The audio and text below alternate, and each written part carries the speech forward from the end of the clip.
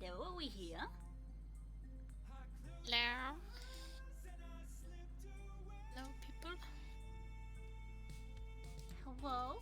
I hear an ad on Twitch, so clearly we've gone live.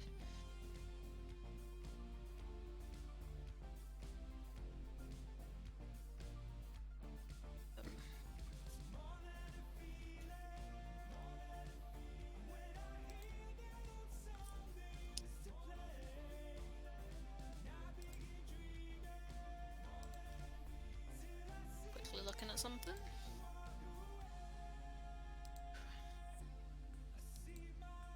Later, 24th.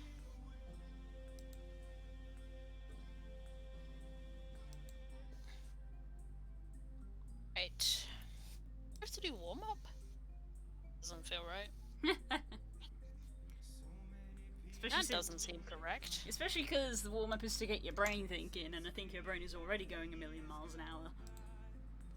Ways. Yeah. Or it's not. It's painfully not. Minimize this again, otherwise I'm gonna keep looking over here. Stop, self. Stop looking at your damn self. There we go. I guess I'll pull up Xanathars. That'll be a good way to start. Actually, no. What I should do is read. Be deeply boring and read.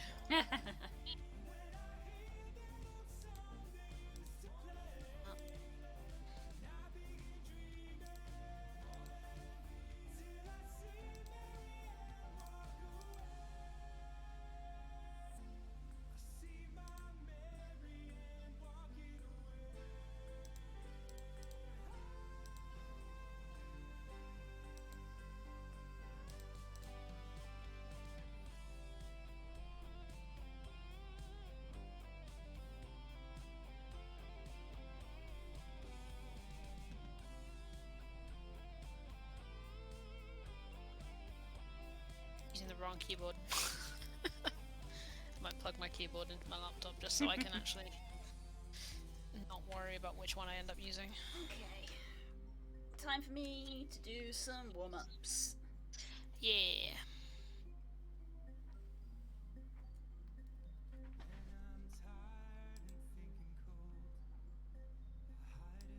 Is this keyboard now? Yes, it will. Brilliant. Now I feel like I'm playing Final Fantasy.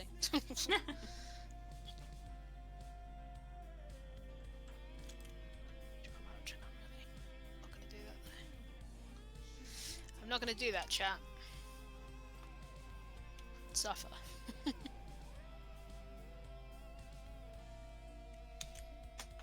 This is the closest we've had to starting on time in a really long time. Yeah, we were pretty close. We got it in there in the first 15 minutes. Yeah.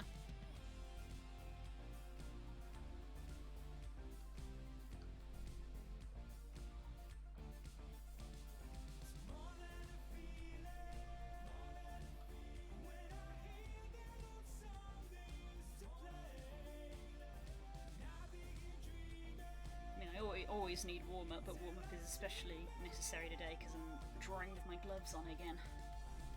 Hey, I didn't realize you had stopped. I stopped for a while because we started having those heat waves. Ah, right, yeah. But those seem to have very firmly stopped, and I'm very much in the thing of like, well, I'm still warm, so I need to have the windows open, but my fingers are feeling the cold again. Yeah. So I briefly stopped wearing them, but now I've been wearing them again. Back. They're probably going to be back somewhat permanently now. So I imagine from this point the weather will mostly be chill. Start getting cold again. Yes. Yes. My dad was saying that he was like, when I got up this morning, saying that like there was that like cold fog on the hill at the back and everything.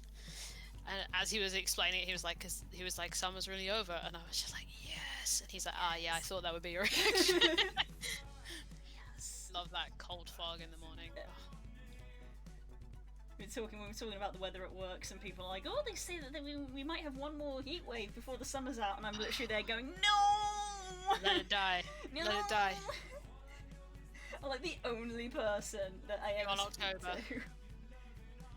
to. Who's ever During just all like, no, October cannot come no, soon enough. summer can be over. So many people are like, man, we had such a rubbish summer this year. We didn't really have a summer, we just had 2 random heat waves that lasted like a week, and I was like, that was more than enough for me. Yeah.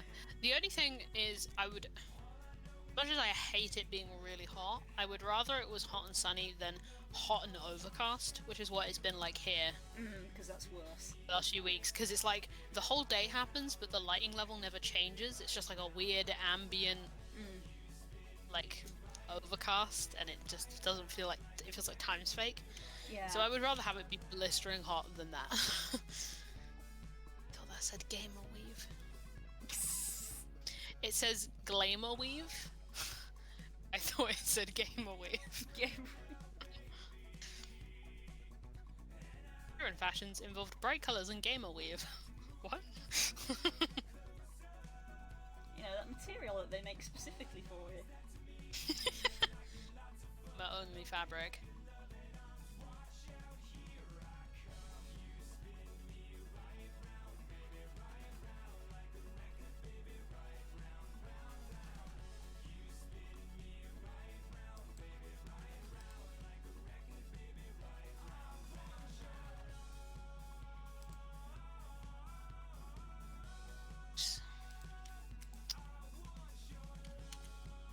What is that noise? Why can I hear Yeah. mischief? Cat mischief. Cat mischief.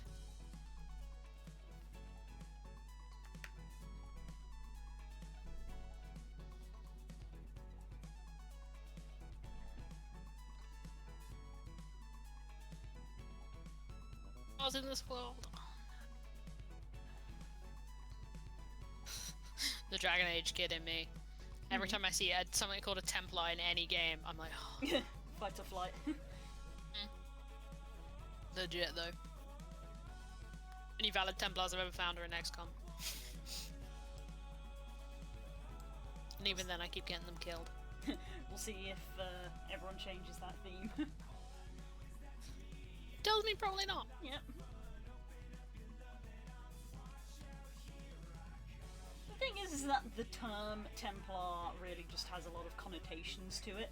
Yeah, it has a very like inquisitorial energy, It's right? it does have that sort of stereotype glue to it, where it's like, even if it's not necessarily 100% accurate, that's just how it's perceived now. Yeah.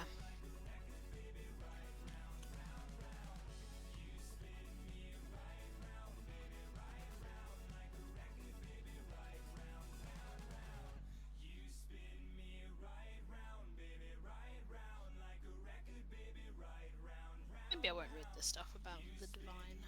I don't care about that shit. I'm gonna very quickly go check out that I maze. care deeply. It's probably nothing, but I'm very quickly gonna check it out. But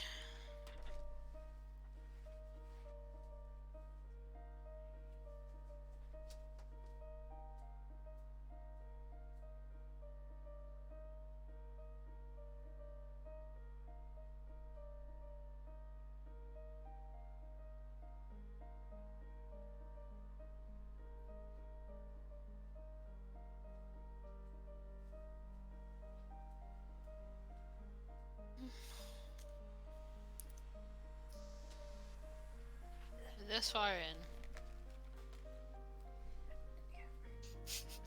Just in the description, Blue, but on the notification, that's very sweet.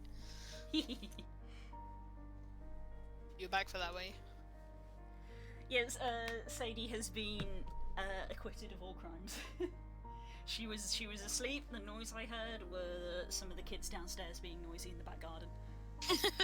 The bang that I thought was something being knocked off the table was the sound of the back gate being bonked into repeatedly, and they are still doing it. Jesus. Yes, I just saw what you made the mobile notification. It's true, I'm very excited to talk about my boy.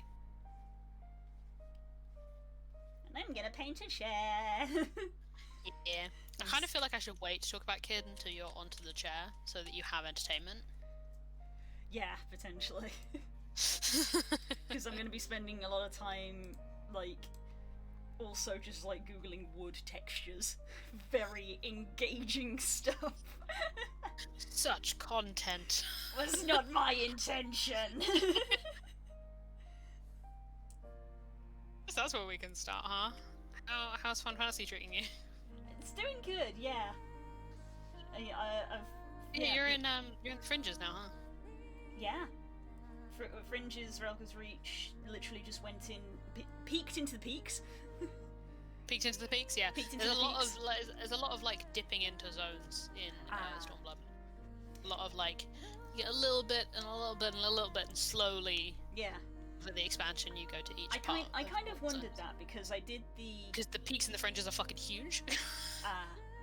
See, because obviously I did the quest to go through the fringes. It goes you to Relka's Reach, and then it's like, oh, go do this. So now you leave. Yeah, it's like, go do this thing in the fringes, and I was like, okay. I went and did that, and I was like, okay, that was super short. And then they're like, okay, go do this thing in the peaks, and I was like, okay. And I've literally just done it, and they're like, okay, go back to Relka's Reach now. I'm like, is that it?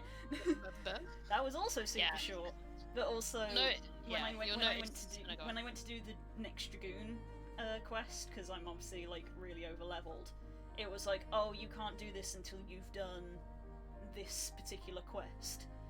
And the name of the Dragoon quest is like Dragons in the East, and I was like, is this going over to Kagane? I don't have Kagane. Oh, so this quest must be to unlock Kagane. But I looked at the level, and it was only like level 63 or whatever it was, and I was like, it's right.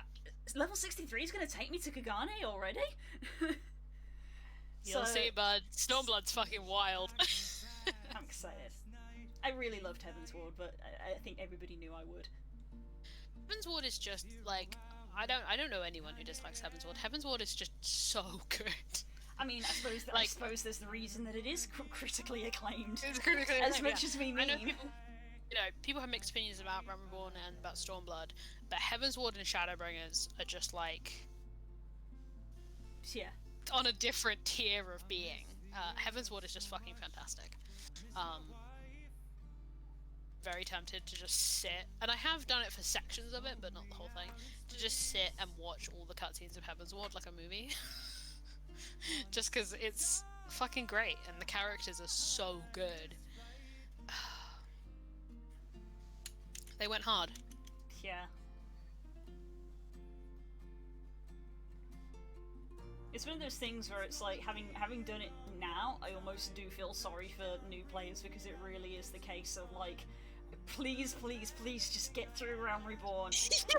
You understand the struggle. I understand Realm Reborn, it now. again, I will die on this hill. It's not bad. It's not bad, but I did find Heavensward. Yeah. The shove. I wouldn't say it's bad by all means, but at some points it did feel a little bit like a slog sometimes. Yeah. It does drag. I wouldn't say it was necessarily bad. I mean, it's still like better than a lot of what World of Warcraft has done, for example.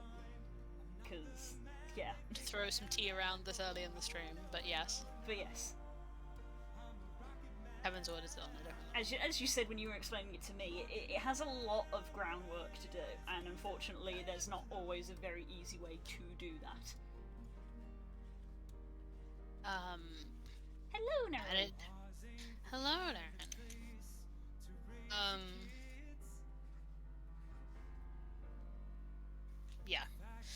Yeah, Realmborn's got a lot of lab work to do.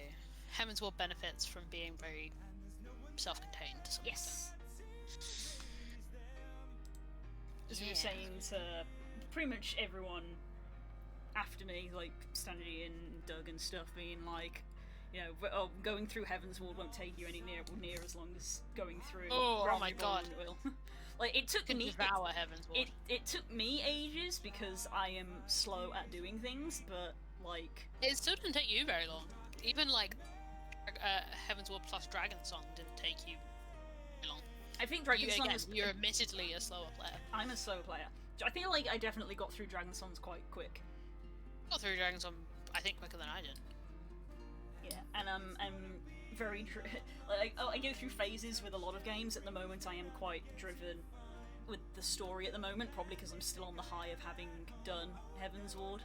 Yeah, and you're also in like the new ground, right? You're in Yeah, it's you're like, in a there's new new stuff. expansion, Yeah. learning some I am new excited. I am characters. excited to go to Kagane because I know the aesthetic, and I'm like, that's one of the aesthetics I like. I'm a freaking weeb, Ghana's great. so All of Domo is great. so I'm excited to go there and go see it. And yeah, I'm very much resisting getting distracted from stuff because when I was in Heaven's Ward, I did a lot of doing crafting classes and stuff alongside it. I've kind of not allowed my brain to be like, well, now I can do some Stormblood crafting. I'm gonna be like, nah, I'm just gonna leave it. You've decided to put your head down. I Yeah, respect that. yeah, because I think there's a part of my brain where I'm like, it will be easier if I do it once I'm at max level, because in theory I will have more money and I can buy the components that I don't have. Yes, that's very true. It's a good way. If you go really hard with story and you're like burnt out a little bit, that's a good time to be like, I'm just gonna go craft for a week and a half. But if you've got like, you're like in it and you're like, yeah, I'm really loving how the story's going and the things it's setting up, just like lean into that. Don't be afraid to, because you don't, you know. Yeah, Because I know you're a bit like myself. me in that you ebb and flow. Yeah, So enjoy it while you're in the headspace for it. yeah, I know myself long enough. Like before I even knew like kind of what it was. Even when I was a little kid, I was always the kind of thing of like, well, now I feel like playing this game, so I'm just going to motor through this game, and now I feel like playing this game, and I would just flip-flop back and forth between certain games, as evidenced by the fact I've got games that I've basically not even started, but then I also have games like Spyro that I've basically beaten so many times the entire thing's memorized. Yeah, I feel that. Yeah, Very much feel that. I'm in a good game space at the moment. I'm driven with Final Fantasy, and I'm also on a Pokemon high. Yeah. There's loads of cool Pokemon news coming out. And Gamescom this week too. It's first day of Gamescom today. Hell yeah. Got new Pokemon games, loads of news for both of them, Brilliant Diamond and Legends Arceus. A good TCG vibes. I made a deck for the first time and tried it, and I won. Very nice. I think I was probably against a very low level person, much like myself, but I still won, so that was a good feeling. The deck seemed to work. Very nice. The combo that I'd thought up for it seemed to work well. It's a very energy focused deck. I got it so powered up that I reached a disgusting number, which if I was playing it at a table, I probably would have struggled to calculate, because I didn't realize that you could get a Pokemon to do over 500 damage in a single attack, but I did. Yeah. That's fucking disgusting. It was filthy. That's the most disgusting thing you've ever said to me. It was absolutely disgusting.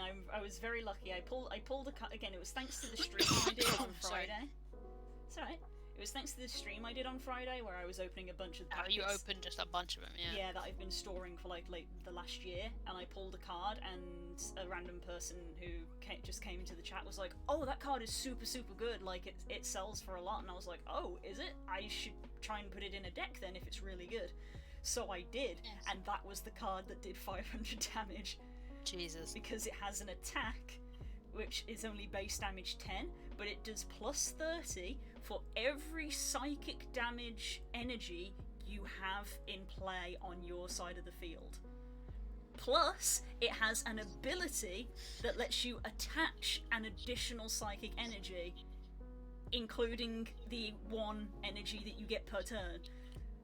So I had that on the bench really early on. That's disgusting. Yeah, and my entire deck is built around it, so I've got like energy retrieval to receive energy from the discard pile, energy search to find it from the deck. I've got additional Pokemon that are like draw a card. It's all about farming Hell no. all about farming energy and attaching it to other people and being able to attach 2 per turn. It was freaking disgusting, and it was also hilarious because I had a hyper potion in my deck as well, which is heal like 120 damage but discard 2 energy if you use it. Oh god. So the person I was fighting against had a Pokemon that could do like 100 damage to a benched Pokemon, so they were like, haha, I'm just gonna nuke it while it's on the bench and take it out. And so I was like, heal, get rid of 2 energy, and then my turn came along and I was like, reattach 2 energy. I'm back where I was. Oh my god, that's disgusting. It was so gross. Discard decks and Yu-Gi-Oh! Ugh. I hate. Yeah, like, yeah.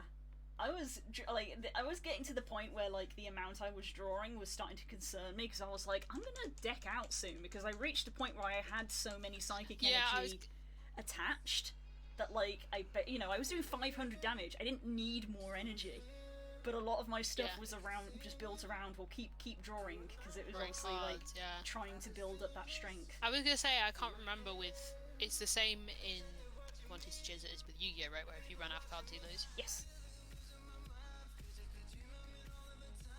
That was with us from draw decks in Yu-Gi-Oh! So it's like you need stuff to keep refreshing, put your graveyard into your deck, otherwise you're gonna run out of cards. Yeah, I had a few cards to get things out of my discard pile, but I didn't have much to put stuff back into my deck. So I might see if there's a trainer card that's like, just, shuffle your hand and redraw a hand. Because I think there is a card which does that. Shuffle your hand and redraw a hand of 7, I think it is. Which, if I've got a hand of like, 14 cards, but my deck is getting dangerously low, that's probably what I need to do. But yeah, it's part of the learning of getting into the game. But I was very, very pleased to just be like told, hey, this is a really good card, and then just being like, okay, I'll put it in a deck, and just to have it be absolutely disgusting. Time to break everything. I was like, oh god, this is filthy. Plus I had another Pokemon which had an ability which was just heal 20 damage from your active Pokemon. And I had 2 of them, and it's not a single use ability, so if I have 2 in play, I can heal 40 damage. Like any of the words you're saying. Yeah. So doesn't work, Frog. Also, hello. Hello, Frog. So I think my goal is to tweak. Myself dizzy, shaking my head that hard. Whoops. Whoopsies. I'm gonna That's how much I disapprove of the things you have done. I'm gonna play it a few more times in the online game, because obviously that could have just been a lucky game, because I did get my super card very early. So that could have been a lucky match. And if it continues to play well, I will try to replicate it IRL, either by pulling packets or just buying the individual card. And I'll try to run it in an IRL game. Yeah. Just see if I can dig out my Pokemon deck. So revolving around psychic energy. This is kind of my first real deck that I've made, because I made like one or two decks when I was little, but because I was little they didn't have any strategy, it was just, I like this Pokemon.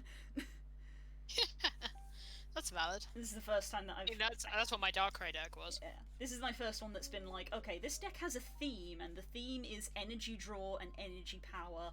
So I've got psychic Pokemon and normal Pokemon that revolve around drawing and getting energy attached to one another. Nice. I'm serious about this shit because I'm taking notes.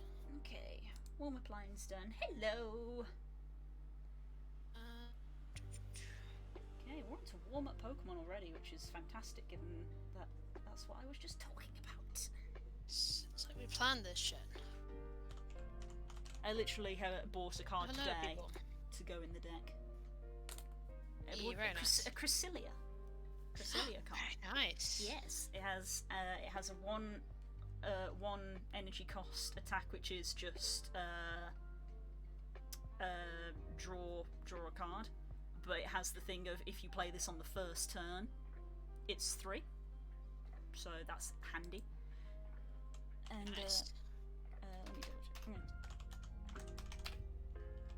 Let me double check the wording on it. That's in. Because it also had another thing that was like based around energy. Let me double check. Okay. Crescent Glow. Search your deck for a psychic energy card, attach it to one of your Pokemon. If you go second and it's your first turn, you can search for up to 3 and attach them to one Pokemon. Then its attack is 2 energy, 30 damage. If you have at least 5 energy in play, it does an additional 90 damage. That's gross. So it's another psychic type built around just having loads of Gross. energy. just don't ha- like it. just have loads of energy. Just have loads of energy, dude. Just have loads of energy. That's it. I might see if I can like get a screenshot in game of like all of the cards, so you can see how some of the, because I've got a couple of other ones that are similar.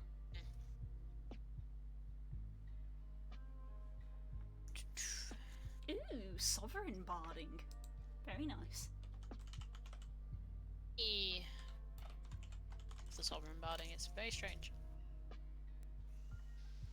It's a little crown. Little bow hat. A little crown. It matches the chick that has the little crown. Shit, I need to take more notes. Hang on a minute. You ever read a sentence that's like, okay, I need to look up that word, and that word. Right, random Pokemon generator. In my day. Generate. Tyrant.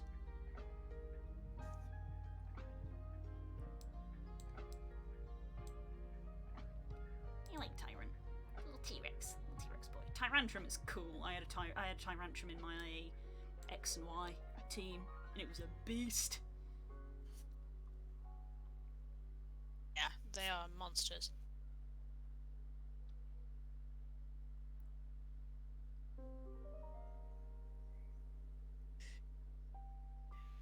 Nations. Region was not acknowledged.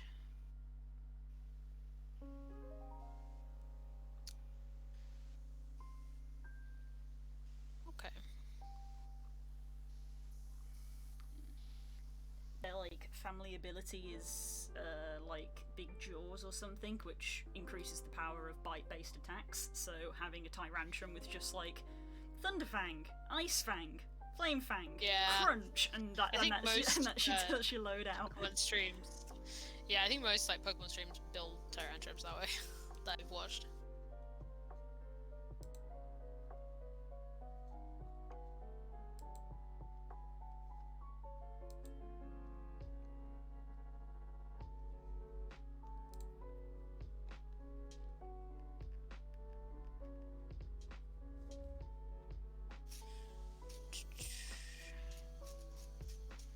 The fuck is the map gone?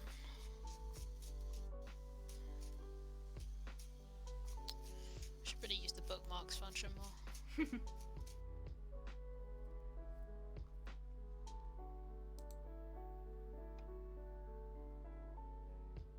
I apologize. Yeah, Strong Jaw increases the power of Pokemon's biting moves by 50%.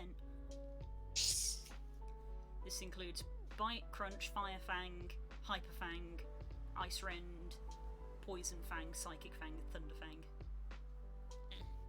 Those are just biting moves, so Tyrant might not be able to learn all of them. I Yeah, don't think it can learn Poison or Psychic ones. would make sense. Lands all the way over.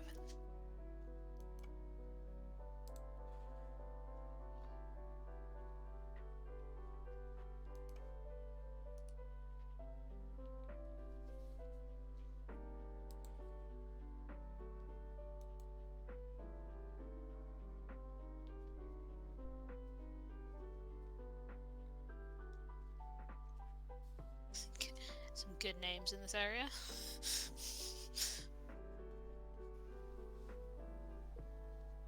That place is just called Desolate. That's a place. That's At what a it different time.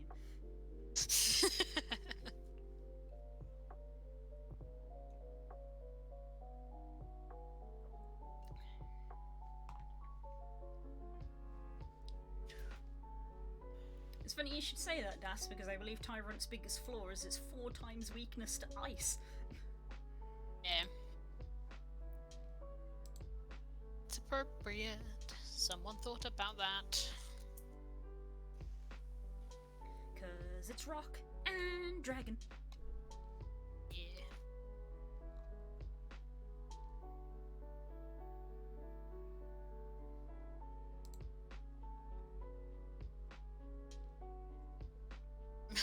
Reading Eberron stuff again because it's like, that's a sentence.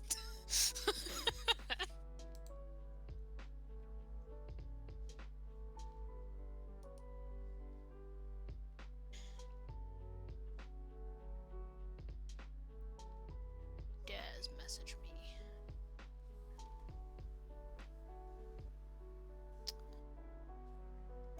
Thank you, Frog. Promise to only use that for evil.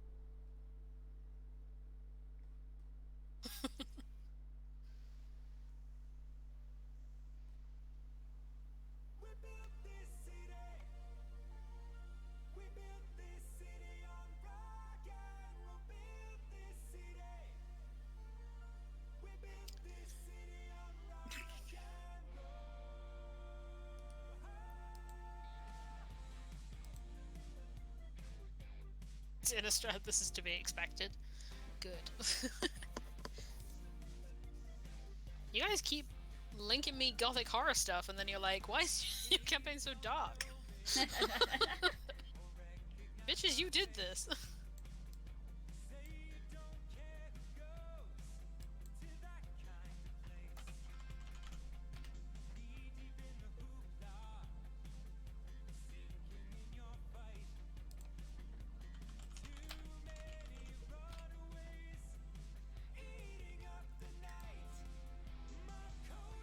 Nice done. Oh. I accidentally timed them out. So, I had to untime them out so I could ban them, and then time them out again.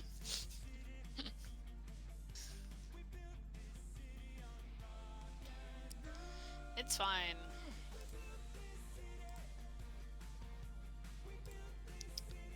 I always get confused because the timeout button and the ban button are very similar.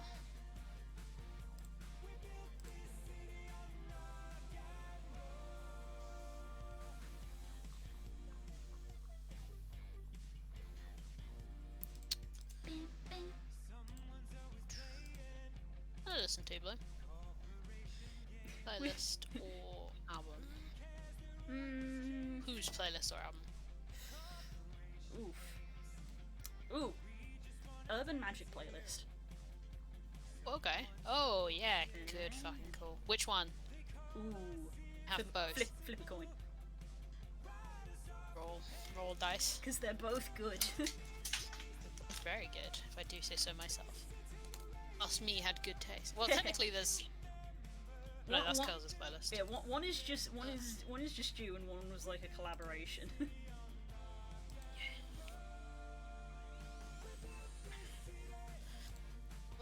Magic Isn't Dead, Mum, We're in Trouble. So, odds Magic Isn't Dead, evens Mum, We're in Trouble. I think Magic Isn't Dead may be my favourite of the two, but they're both very good.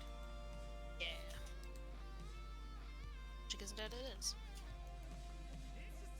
Remember they had slightly different vibes. I think if I remember, Mum, We're in Trouble was meant to be more of like a Magic Crew playlist, and then Magic Isn't Dead is like for the setting. Yeah. Yeah, Mama We're in Trouble was much more of a, we're gonna cause trouble on purpose.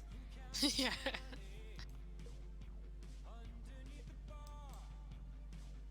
The legacy, the final bastions of my 8 tracks history. I've always been on that playlist bullshit.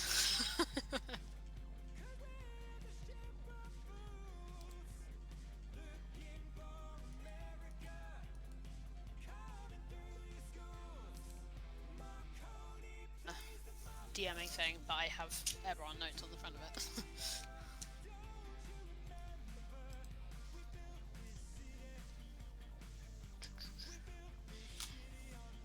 Oh fuck, don't even. This is for like ancient sins. this is older magic.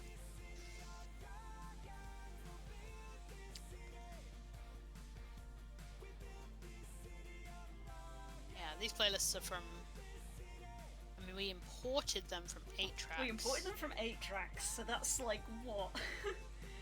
2000 and... I don't remember. The Anshko era.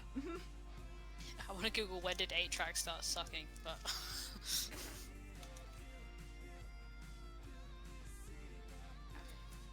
in that era. It's a long time ago.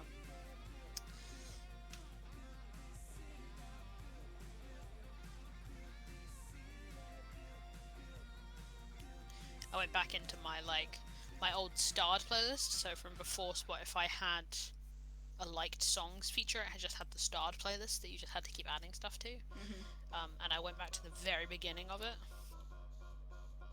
and that was a fucking trip. It's like, what songs was I into in like 2012? Yeah, I think that's how old my Spotify is.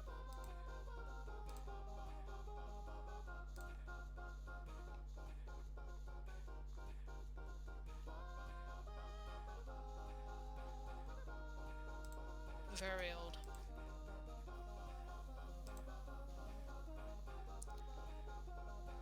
I feel that, Frog. This piece of paper is an absolute mess. It's like, the stats are here, some ideas, spells, about 50 different names that I didn't end up using.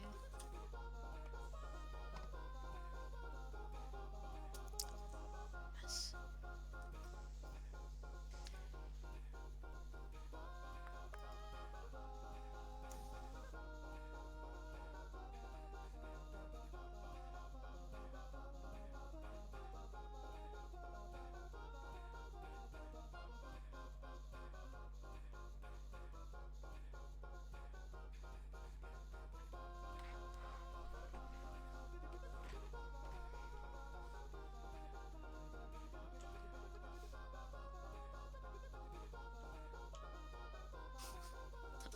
The pop party and old school Final Fantasy sprites. Oh my god. It's too cute. Yeah. Full Stardew Valley player princess.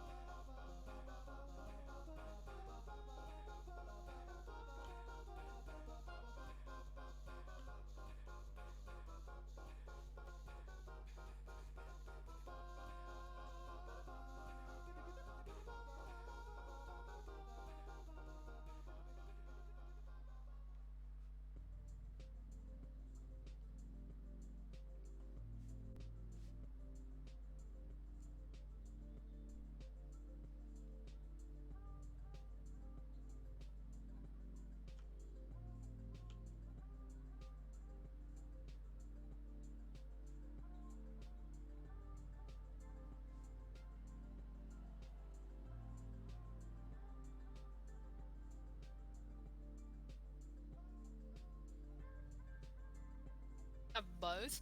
Who the fuck says? Probably the games I have the highest amount of hours in. I have way more Sims hours than Stardew Valley hours. I recognise all those because... sprites purely because I was playing that game a few days ago. Yeah.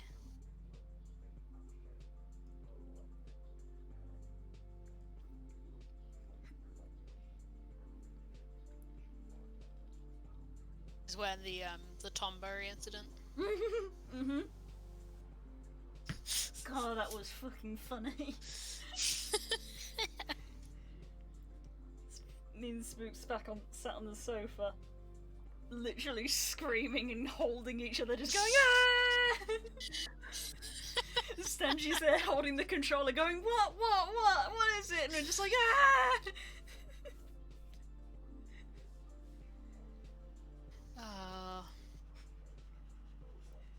Oh shit, that's the other thing I have to do. Just literally like the That's just reminded complete me I was silence. The complete silence falls when it pops up that it's the Tom Berry's turn. And then it just moves slightly across the screen and we just start screaming again. Ah! Okay, excellent.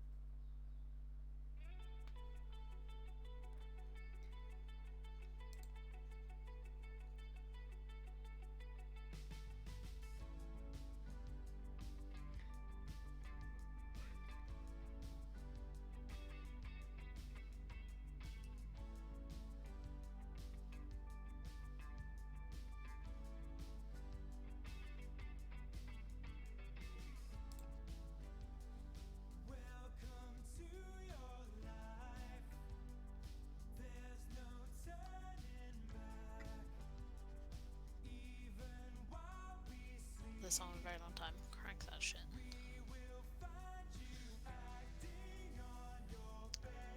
That's just reminded me of something else I was working on that I could be doing. I'm gonna do this first. I may have, after the last session of Play Princes, got a map of Cragmore, turned it into a architect's diagram, and have started making plans. Hell yes. That I probably will never be able to see fulfilled, but that I am doing regardless. There's a lot of sketches and a lot of notes in red.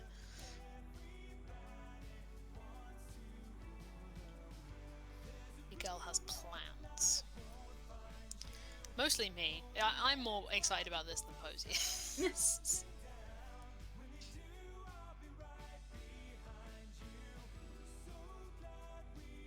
Remember what I was going to call this place, by the way, so Sanctuary might have to be it. I've been literally actively trying to remember all week. It's gone. It's gone. Whatever I was going to call it. But Sanctuary works.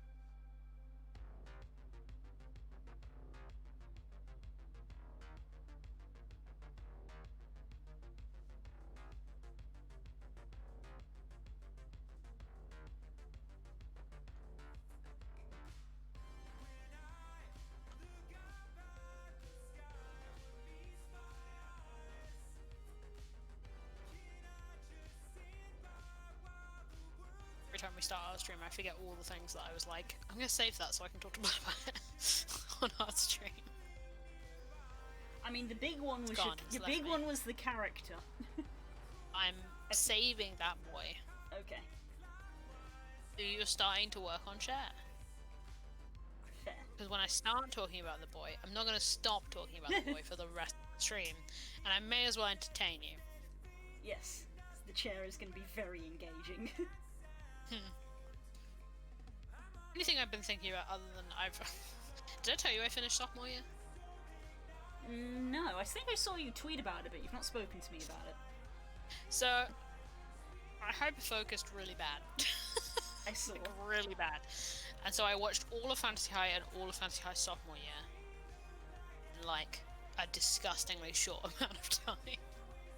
I adore that show with my whole heart. And I'm up to date on the 7, but there's only one episode of the 7. Because it's the same universe, they're chronological. And I fucking love it so much with my whole heart. I would die for any of those characters. I cannot get over sophomore year was incredible because the first season is like remarkable. It's like gorgeously paced and like it's just really well done. Mm-hmm. And it's pretty like contained. It's all set in one place and all this. It's all around the school.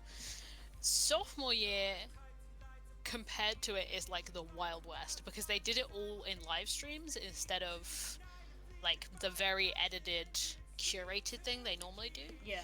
And it's also just as a like it's sophomore year where the first season was all in Elmville, was all in one town in Solace. Sophomore year takes place over multiple planes and countries. Oh, great. So it's just the level of feral. It's also great. It also potentially contains a contender for my favorite character in anything ever. Oh. Potentially up there with like Dorian Pybus and Caduceus Clay as like in my pantheon of absolute favorite characters. Edit Eggfort, I love her with my whole being and heart. I would do anything for her. She's... I can't say much about her in case anyone's watching Fantasy High, but she's a half Phoenix librarian. Oh my god, what? She's a half Phoenix librarian of a pirate city. I mean, I'm down for anything with magical creatures. Oh my god, Blue, we need to watch Fantasy High together. Okay, we have a lot that we need to watch. We do, but like that sentence alone, I'm like, okay, we need to watch Fantasy High. Alternatively, but if you couldn't tell from my everything about me, anything with fantasy creatures is my jam. Like, I'm the kind of person who would happily go into D&D and just be like, hey, can I just play something from the monster manual instead of a person? Yeah, mood though. We'll tell you one of the best characters that's an NPC other than putting Ida to one side because I love her. One of the best characters, especially in the first season of Fantasy High, is a werewolf boy who insists on being in werewolf form all the time. Yeah, that sounds like me. That sounds like me. He's also a therapist. Yes! Because Brennan Lee Mulligan's not a coward and actually gave D&D characters a therapist.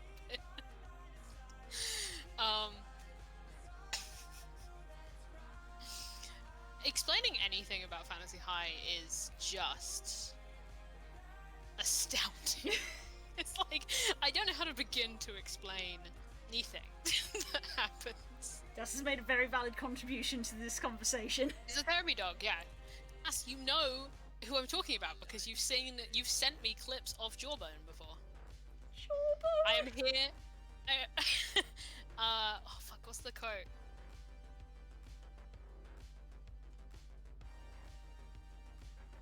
Remember the quote, Das will know it. It's I'm here to fuck shit up and help children. Jawbone's the best. Best boy. Across both seasons. Best dude.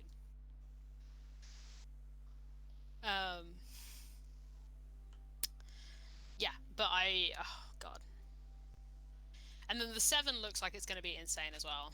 The 7 is crazy because without giving too much away, it's the current show that they're doing. Mm-hmm. The characters they're all playing used to be NPCs. Oh. They're not like they are like the personality and most of their details and like their aesthetic they've got to make up. But the actual characters are in season 1. In fact, they're very important in season 1 of Fantasy High.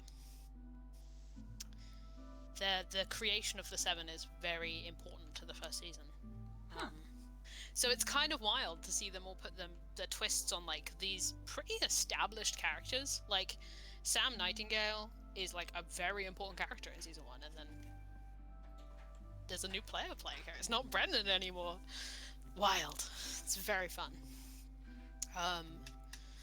It promises to be deeply unhinged. I'm gonna look forward to that.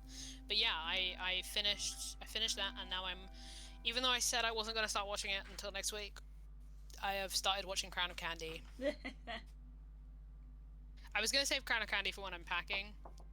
I have started it already. Fortunately, it's pretty long. Yay, you're back. Joins. Hey, you're back. Who's here? Hello. Hello. To spook. How was your visit? She's a deceitful old witch, my mum. Oh, for God's sake. Come on! What? When we I finished don't know with what's the happening, carvery, she says, "Oh, just need to pop into Argus to pick up a vacuum." I'm sorry. You got invited out to dinner and then taken to Argus. And then I was afterwards. tricked into going to a freaking Sainsbury's to go and pick up a fucking vacuum for her. And then I might have Decided I love freaked out a Spook's little mum, bit, actually. because then John says, "Oh, I just need to get some fuel." So he fills up the car with fuel and starts walking to the petrol station. I shouted in the car, I said, "Where are you going, you old bastard? Pay at the machine. This is 2021. I was doing my fruit in the car. I can tell. I told Mum, "I ain't coming to see you again." Ain't having this. Been taken for a dickhead. There's a Spook update for you, We chat. love hearing updates from what's going on with Spook. Also, he deposited a Pikachu on me. Yes, I can see that. Friendly Pikachu. This is a new friend. I got them last week. Yeah, very large friend. I've been cuddling them non-stop. They're sleepy. I'm They're a very squidgy excited too. to steal it from you. He is very soft and very squidgy.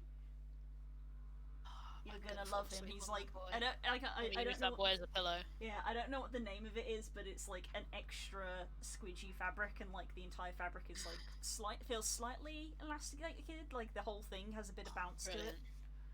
And, Astounding. I mean, you're not going to be sleepy. You're not going to be using him as a pillow because I've literally been cuddling him non-stop.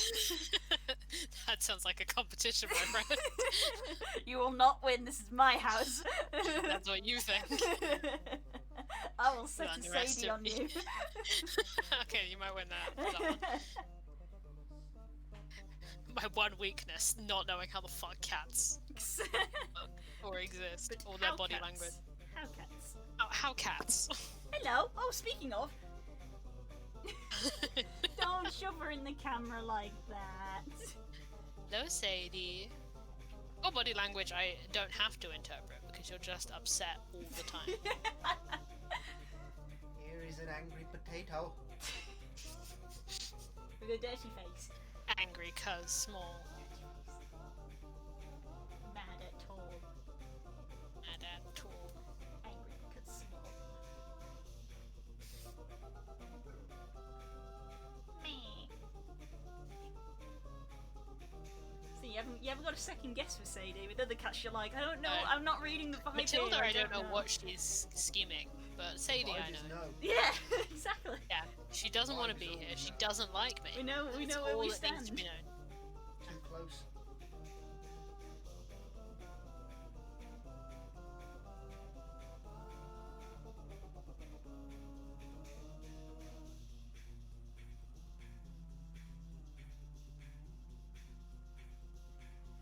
Yeah, his label doesn't provide any insight as to what the fabric is. It's just something made from polyester. Soft and plastic. Soft plastic friend.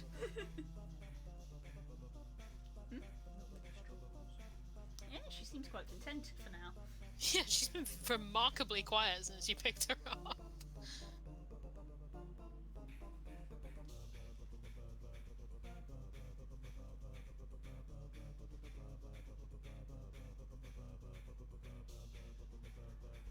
Oh, the first tiny grumbles.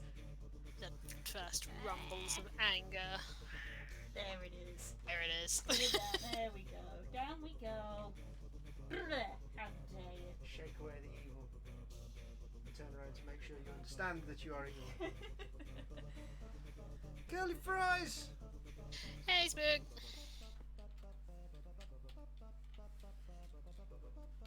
Do frog. What kind of question is that?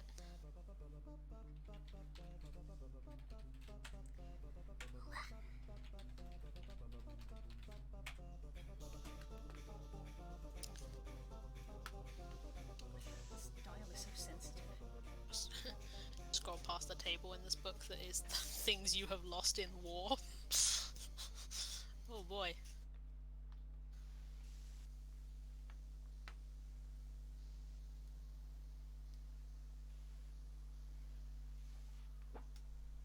Do-do-do.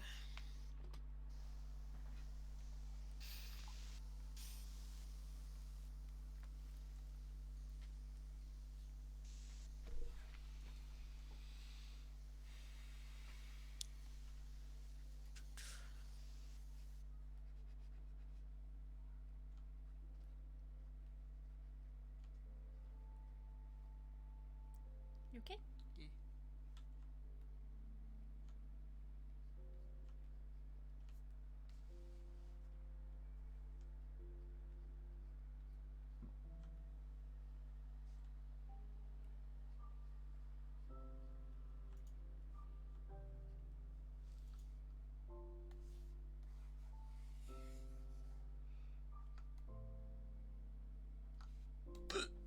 Jesus.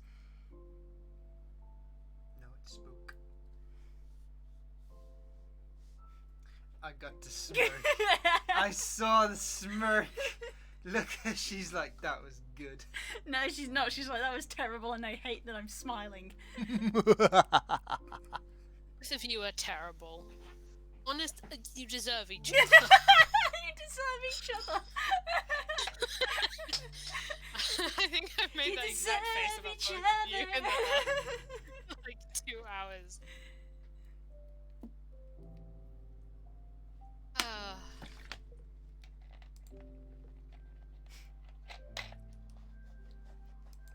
Oh god.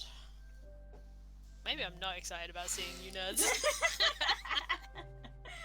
I take it back. I'm better off without all of you. Too late, an agreement has been made. We've reached an accord. To get past K first, you might just shoot me in the head next week. It's true. I'm fully anticipating it. I rock up in London and K's just gonna shoot me in the head.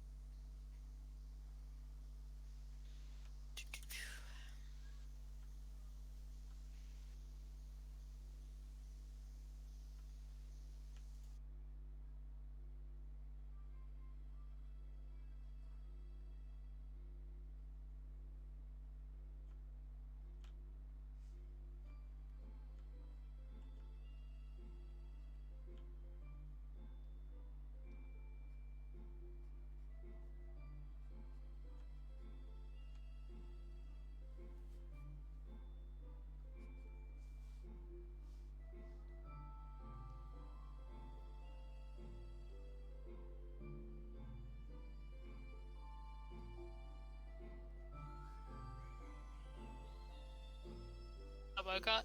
I think that's exactly why he will shoot me in the head.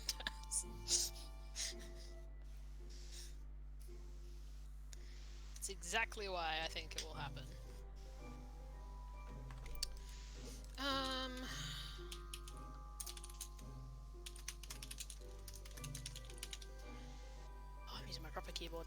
good click and clack noises. Yeah. Click, click, click.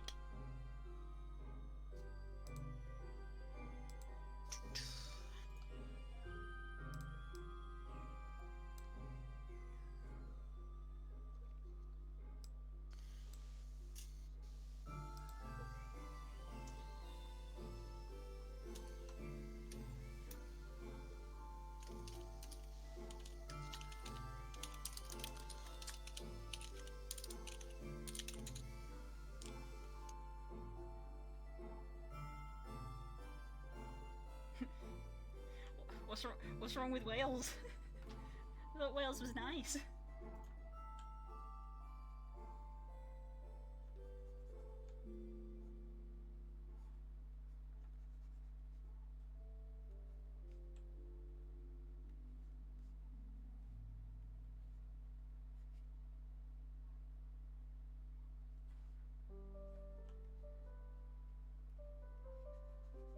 Too far away from each other. Aww. Soon, TM.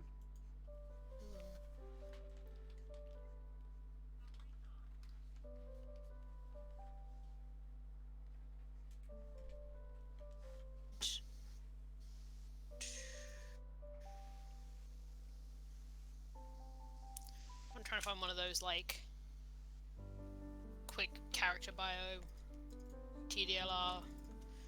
Like this is age, this is. You can steal the one that I have on my Toy House pages. I think it's the one I've got here. This is on my backup characters thing. Age, race, class, weapon, appearance, background, personality, family, motivation, alignment. Yeah, that sounds right. Sounds good. I might take background out because I'm going to go into more detail about that later.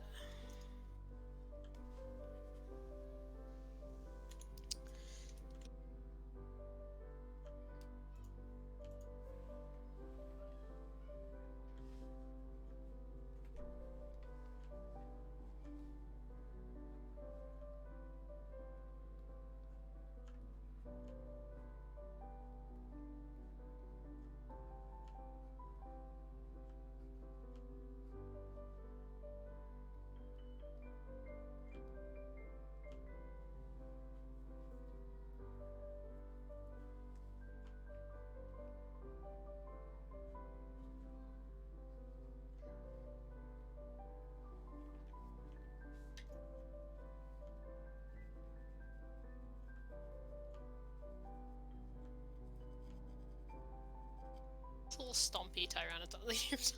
Yeah. Tyrantium. Tyrant. I can't remember what order it is. Tyrant and then Tyrantrum.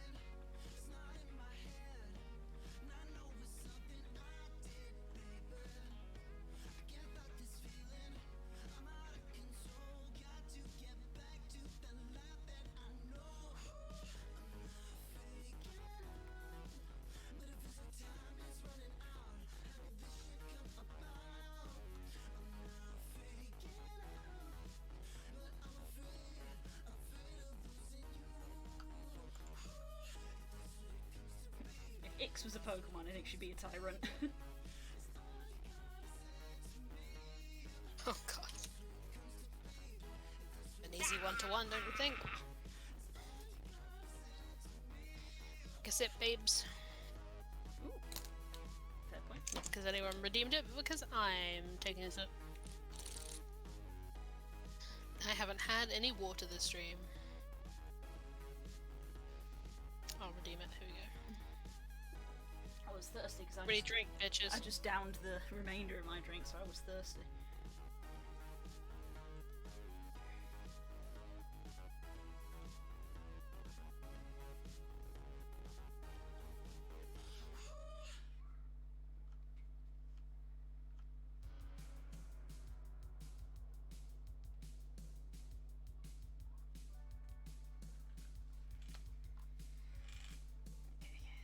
Let's slap some colour on this child.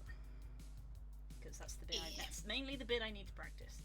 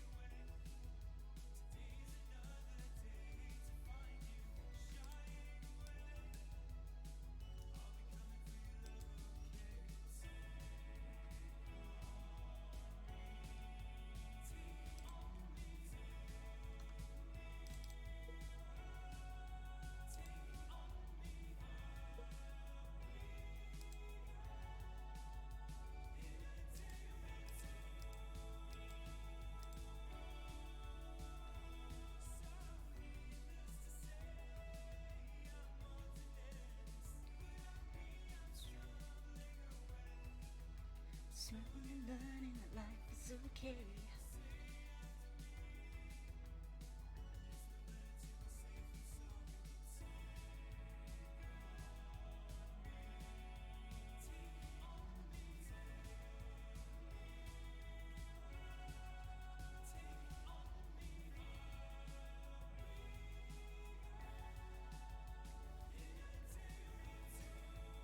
Feeling I was going off about something and now I can't remember what I was talking about before. Doesn't matter.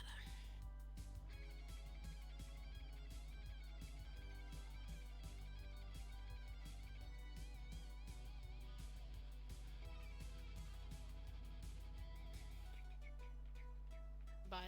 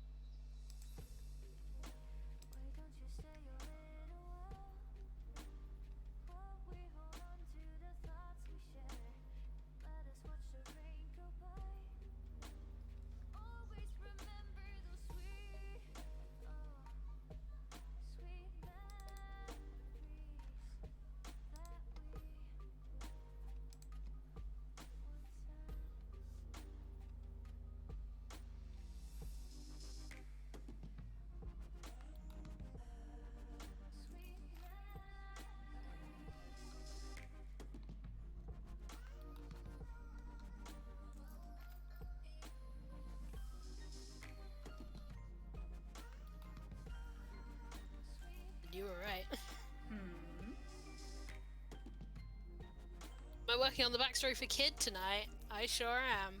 Yeah. Said I would wait for Blue to get onto the boring stuff, but I have started typing stuff already. Because I went and did some reading. It'll happen soon. Went and did some reading for some things.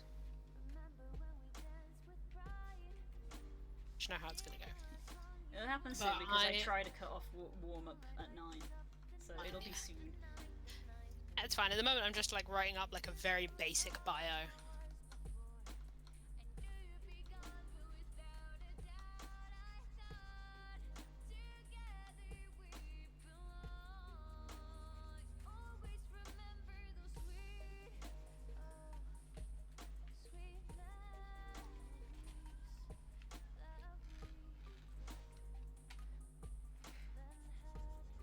Well, I guess before you start talking about your characters, I'll talk about mine. Oh yeah, this was the thing. This was a revelation that we had before stream. Is Blue has also made new characters this week. New in quotation marks. You formalized 2 characters this week. They have stats now. The characters already existed in my mind for a long time, but now they have stats. I believe, based on images you sent me, one of them also has existed in my mind for a very long time. Yes. Or my subconscious, should we say. Yes. That's a fun story in of itself. But basically, have you ever told that story?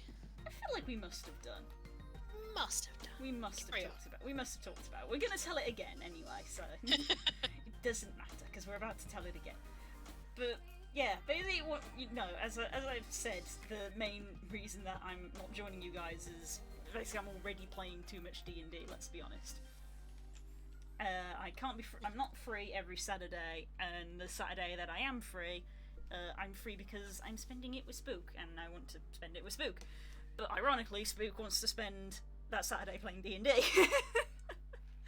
So literally about an hour or two before Nerin announced that he was going to have a session, we'd planned to run mini one-shots here at home with us at the table, and had made characters to do that with. So yeah. And for that we have made 2 characters, and I say made loosely in that Spook made new characters. I just used character concepts that I already had that I wanted to try out.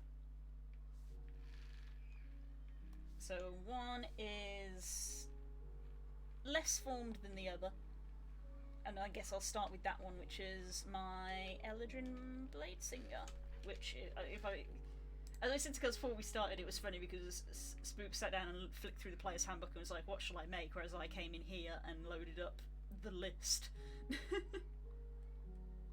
Where's it gone? There it is. Da-da-da. I loaded up the list. And I was like, who do I want to play? And I went for this one here. And the other one who actually is not on this list. But they did exist.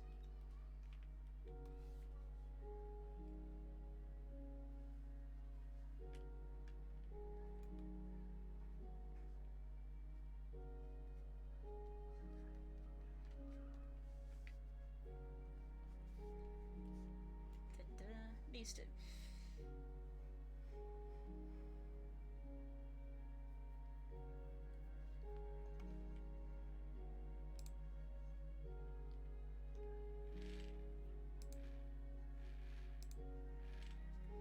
So yeah, so the Eladrin Bladesinger is literally a case of I thought the race and class combo would be cool. I think I thought of them pretty much when Bladesinger came out, and especially seeing Kay play a Bladesinger and be like, wow, these guys are freaking cool as hell. And also I think I thought that the phase step that Eladrin get was a good complement to a Bladesinger. Because Bladesinging's meant to be like an elven thing anyway, so I was like, it fits the lore because Eladrin type of elf, and yeah, I thought that just basically having a Misty Step with a extra effect would be useful to have on a melee spellcaster. I think that's probably correct. Helps from a brush, dingus. So yeah, all traveller kind of person. It's kind of what I'm picturing, sort of like a travelling. I've given her the scholar background, so kind of like a travelling scholar is kind of the thought that I've gone with, of someone who's just wandering around researching stuff, which is fitting for this because we're doing lore one-shots, there's not going to be a lot of story. It is probably going to be primarily just doing like dungeon crawls and things. So yeah, there won't be as much in-depth backstory going on. I may well make backstory for these characters because that's the kind of person I am, but I can't imagine there'll be much in the way of dramatic reveals because they're not going to be there's not going to be any overarching villains because we haven't got an overarching story. Because part of the thing that we're doing while we're doing this is that we rotate who's DMing. Which you explained to me, but obviously not to show. Yeah. So it's kind of going to be kind of hard to have a congruent plot line if you haven't got a consistent DM. Yeah, it's mostly just to dick about, right? Yeah, it's mainly to try out classes and characters that we've wanted to try out for ages, maybe potentially use it to test homebrew, because then we're like, oh, we've already got characters in a dungeon that we can test this with, let's test this magic item, or let's test this monster, or whatever. Let's test this mechanic that we've come up with, whatever. So it'll double up as that, but also just scratch the itch because Spook never gets to really play D&D, and he can't really commit to a campaign because his schedule is so wild and unreliable. And he has to, be in bed by like 8, which is when half of our campaigns start. Yeah, for sure. Except when he has his days off, but his days off are always changing. For instance, this week it is Tuesday. Next week it might be Wednesday or Thursday. I don't even know. Yeah, right. So you need something that you can just kind of dip in and out of. Yeah. You have 2 characters, correct? Yes, I have 2. So the second one is Yes, so the second one is the one that Curls is aware of because she partially created them. My subconscious made them, yes. Yes. Apparently our friendship is that great that one time Curls had a dream and I manifested in it, it would seem. Yeah. There's some important caveats to this story. One is that I don't have dreams generally. It's very, very rare for me to have dreams that aren't at all. But also, when I do have dreams, they tend to be either so surreal that they are horrific or just actively horrific. But one time, out of nowhere, I had a very reasonably pleasant dream about going to a LARP with Blue. Like I said, I just manifested in Curl's dream once. I was like, you know what? I'm gonna just go visit and say hi. Yeah. No, Nemo. Hello. Yeah, and it was a vivid enough and pleasant enough dream that I remembered it long enough for me to message Blue the next morning. Another thing that never happens. Which is another thing that never happens. If I do dream, I don't remember them. Yeah, I kind of told Blue everything I remembered about her character, and we were like, yo, if we ever go to a LARP, because my character was really vivid, I remember mine. Feel free. Tell us. Because obviously I know this, but they don't. Yeah. My character was, I think, an Elven woman. I'm not sure remember, but it was different because it was like a LARP, not D&D, so I actually played them. But her name was Helene. She was some kind of enchantment wizard, I think. Mhm. God, I've got it written down somewhere. Yeah, they were. I vaguely remember an enchanter or something. And yeah. I'm just gonna open it right now. Hang on a second. She was an enchantment wizard, and she was like a political, like up and coming schemer. Like she was trying to start shit between like the prince of their nation and another nation, and she was like a big like political schemer who kind of used her influence and her feminine wiles to Starship for her own power. But she had.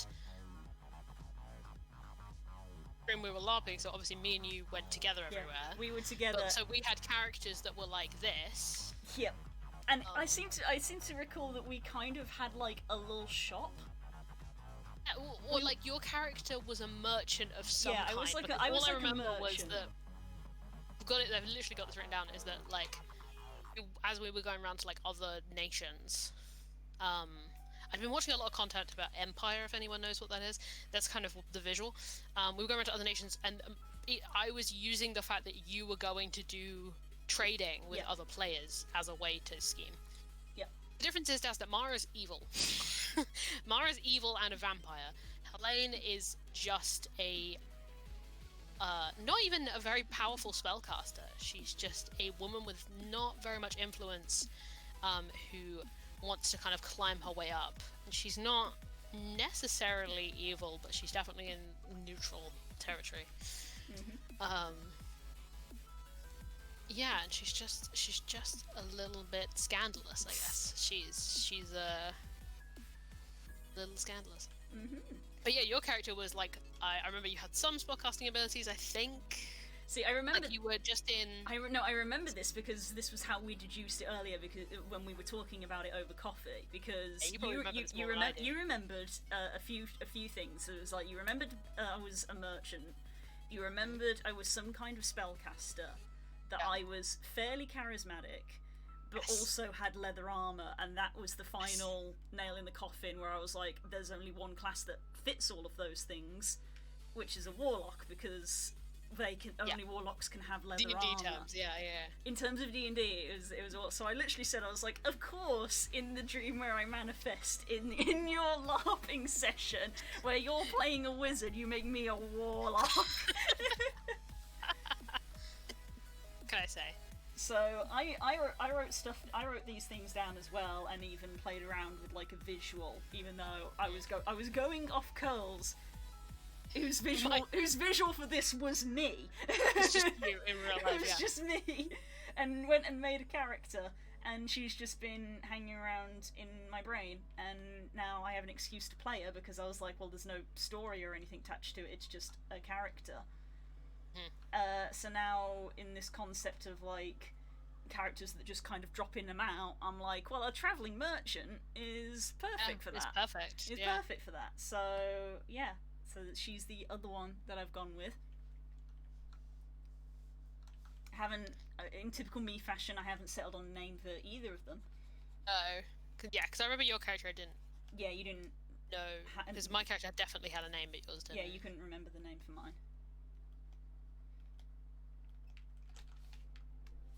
So yeah, for anyone wondering, you can go to my toy house, and this warlock is the person on the front page who is just listed as question mark. The character with blonde hair called question mark. That's the person. So I've got name question mark, race human. That has changed. Class spellcaster. It's different when you don't have to physically play them. Yeah. We'll copy your Toy House profile for this person for the chat. Yeah, so you can see what they look like. I think visually I'm going to keep them the same because the race that I have opted for is Azimar, which obviously you can you can get away with an Azimar who just looks like a human.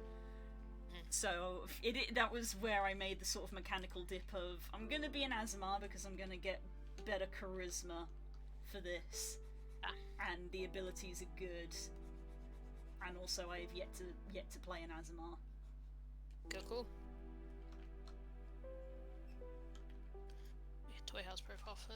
So yeah, this page may well get edited soon, and it will be removed from the front page to the D&D folder. I'm glad to see her fully realised. Yeah. Give it some time. She'll have a name. I was really happy with how I made her look as well, with like the layering of the. Like the skirt and the leather armor. It's scarily close to what I remember. Yeah. I feel like I made this like in a call with you to get like your feedback. Yeah. I think I got your feedback on. Because I remember the blue color and the Yeah, I was asking But, you on yeah. like colours, and I remember you saying like, oh, she had a lot of layers. Yeah, it's one of the craziest. Like, I've had a lot of very vivid dreams, but they're not normally about things that are mundane. But it's weird that it's like the whole thing hasn't stuck. I remember that it had like a whole narrative and everything, but like essentially keyframes of it, I remember still.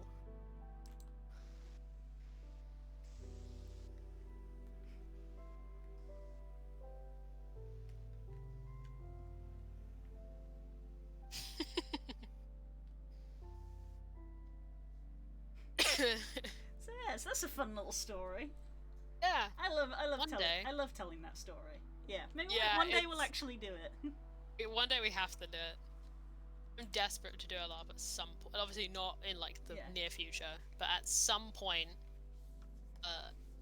my to do a couple LARPs actually, a couple different types. Yeah. The comment, Aaron. But if you ever get the opportunity to make her for a game, I would certainly love to drop in with my girl and Yeah. have the two of them be together. As they're meant to be. Yes.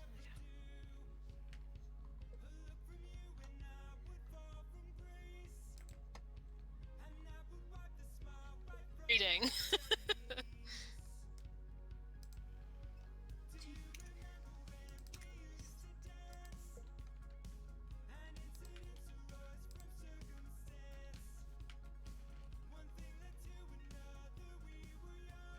We write the bomb because it starts with a Z.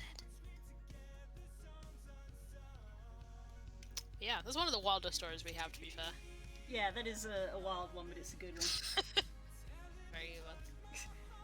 It's always very fun to open with, though. Did I ever tell you about the time that they invaded My Hill's subconscious dream? made you a character. Yeah. I recommend to anyone watching to just watch a bunch of Momo O'Brien videos and then go to sleep and steam all the dreams you have. A bunch of Momo O'Brien and like old Empire LARP videos. Would recommend.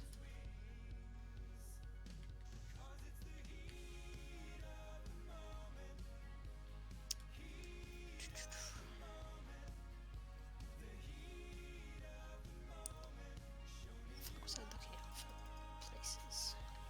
Place. Am I going to use the index? Fuck.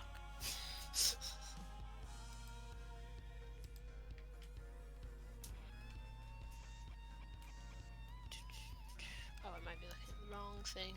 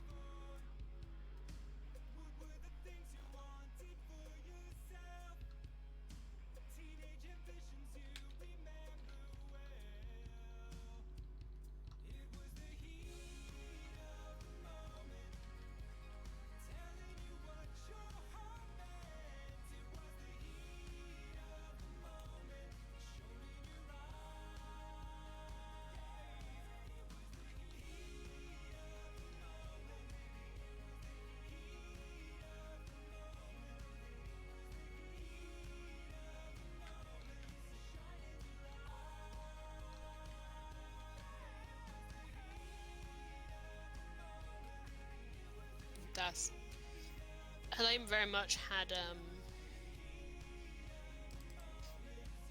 a variety of interests, shall we say.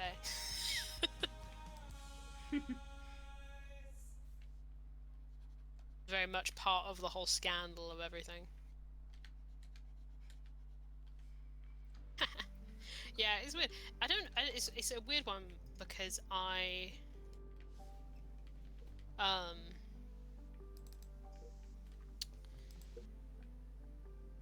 I don't really dream much, so I normally, when people talk about their dreams, I'm just like, just gonna sit here. That's like the one good story I got.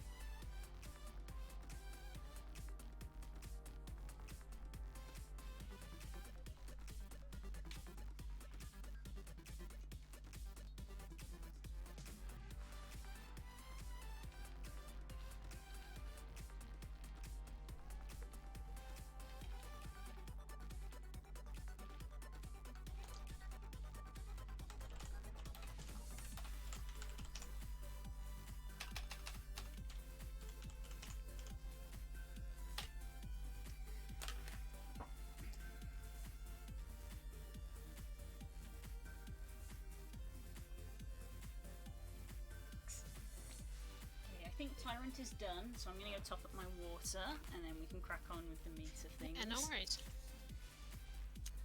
And then we can get to the conversation that you've been dying to get to. I'm sorry that I'm like this. Time to cut the internet. No! No! I don't know what you're doing, but it sounds like you're Love. being No, very... I need it! Well, tough. No, I need it! Well, you fucked up now. I'm gonna press a button. I'm gonna press a button. My buttons do nothing. Does this button do nothing? Ah! Alright, be right back.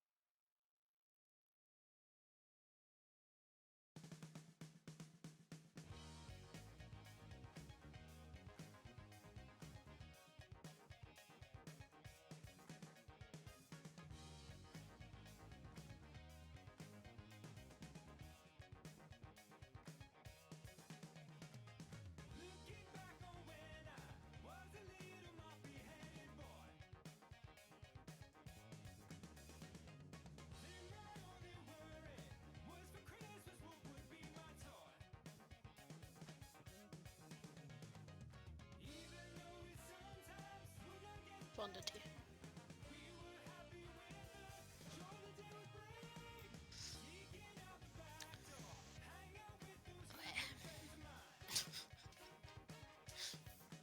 That does read because I don't picture Lo being the most natural cook.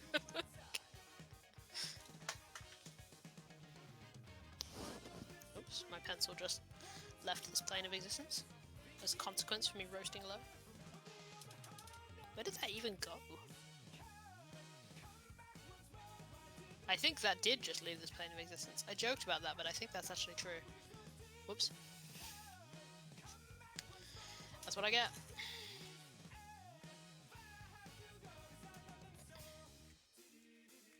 Yeah, that's fine. Yes! I've got the DM okay. I've got the DM okay for crazy shit that I want to do.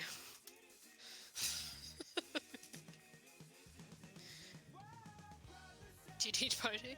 Posey can cook. Posey can cook perfectly fine. She can't cook, like, crazy advanced stuff, but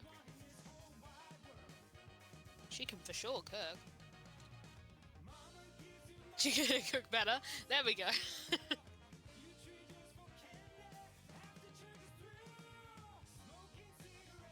Set of white steps and Auntie was walking forward, inviting me to help her cook Sunday dinner for her hotel guests.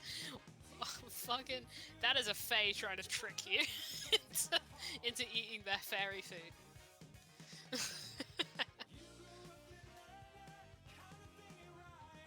Speaking of fairy food, I have Turkish delight.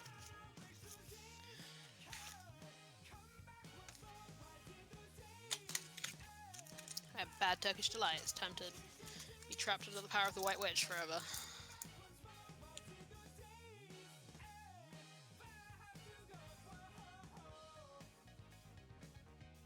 Oh, Lose Your Soul just came on. What a perfect time.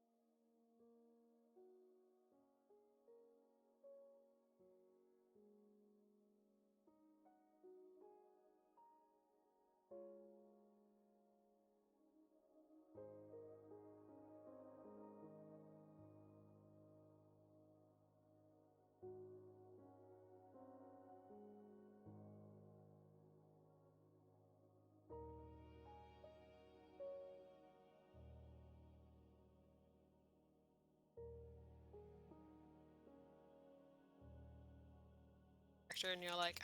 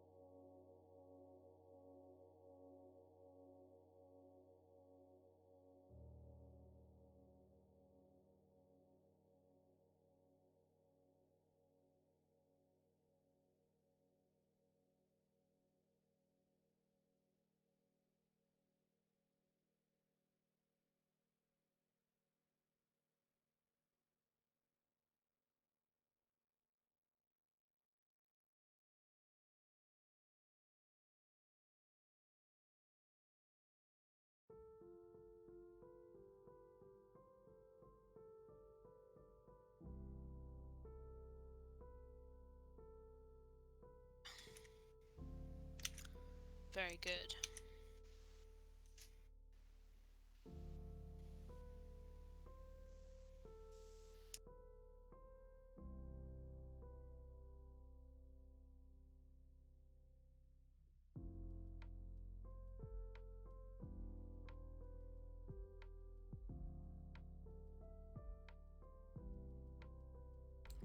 Hello.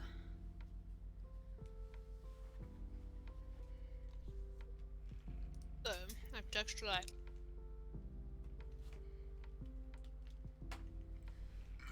Excuse me. Time for chair.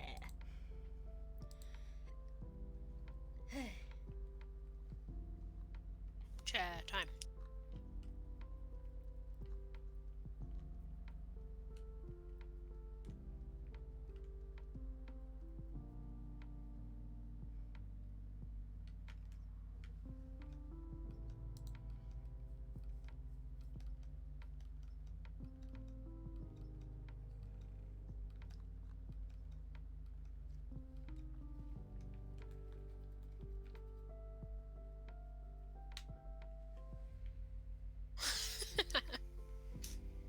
The snowshoe hair. Snowshoe hair. Aww. Progress saying she's worked out which hair Tradain is. Ah, right. I thought we already knew that. Or is that just me? From a design standpoint. Right. At least I didn't. I feel like Das already said that he was like a mountain hair snow something. I do not remember because my memory is shite.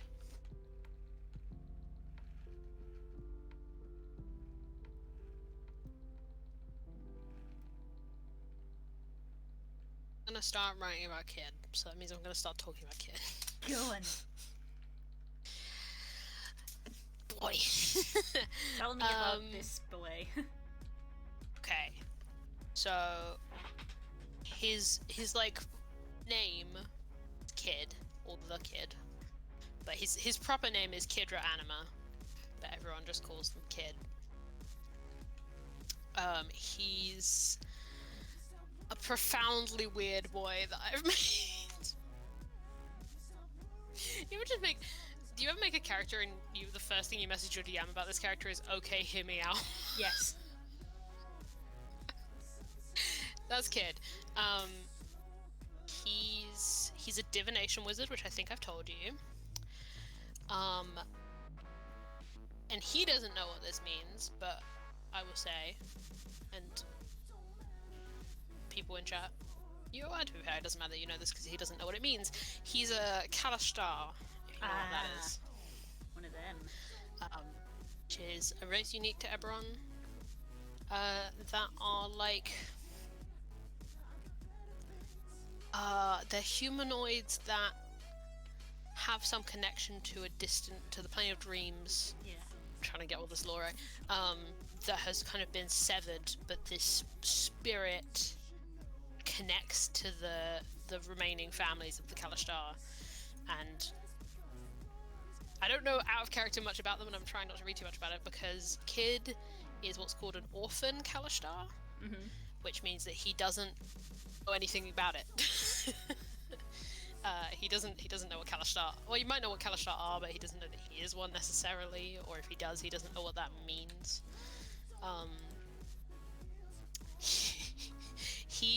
We rolled a quirk. Kalashtar have a lot of quirks that you can roll. And the one we rolled for him is actually the one I had already kind of mentally decided on, which is that he talks to his weird spirit out loud. Nice, this sounds like my divination wizard. He's also a divination wizard. Oh my god, yes! High five, divination wizard. Profoundly weird divination wizard. Mine talks to dead people. Mine doesn't know what he's talking to. He thinks he's talking to himself, but he also is at least at some level aware that it's not, you know? She doesn't know they're dead. She thinks they're there. She's seeing the past because divination. Or maybe she's seeing the future. Don't know. Carry on. Who knows? I'm trying not to. I won't talk much about what I will send you what he looks like. For your reference, and the chat has seen my Hero Forge mock-up. He doesn't quite look like this. This is just as close as I could get with Hero Forge. I will not do the actual description of him. I will save that for the party because he's a decent amount weirder looking than I can make on Hero Forge.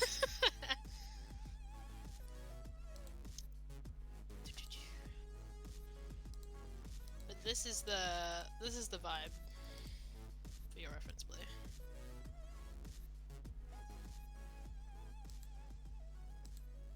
How's Kid? So let's see.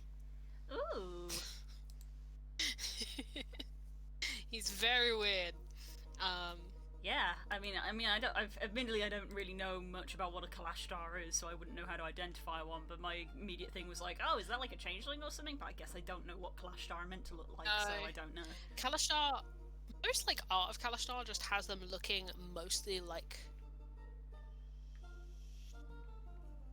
people, but with one surreal element. So like, some of them have like weird scales, some of them have glowy eyes. Is pretty common. They look mostly normal. I've made him look a little bit more alien because I think it fits. Again, he looks a little bit weirder in reality than he does in that Hero Forge render. Yeah, there's just something a little surreal about them, but they're meant to look very kind of humanoid, like they fit in. Human adjacent, yeah, the Uncanny Valley.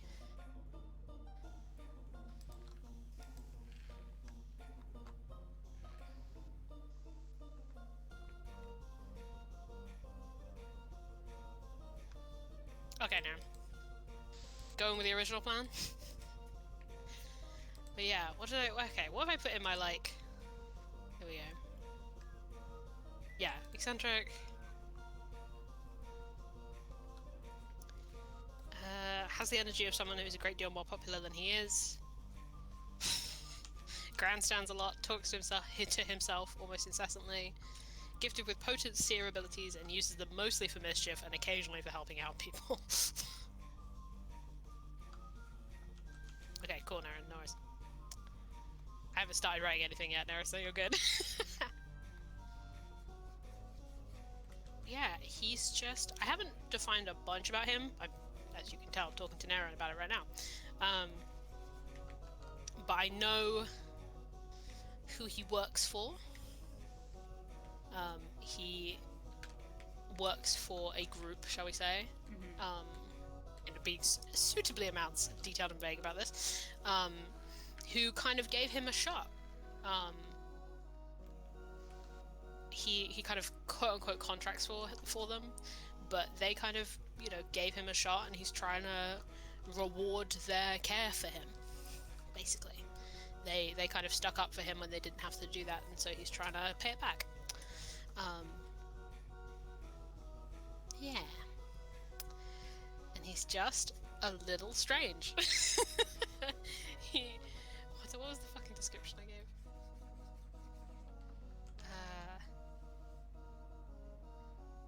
The fashion sense of someone who is brushed up against wealth but has never encountered taste. What a in his bio. description. Yeah, he has like design-wise a little bit of like Clopin from Hunchback energy, like a little circusy. I was saying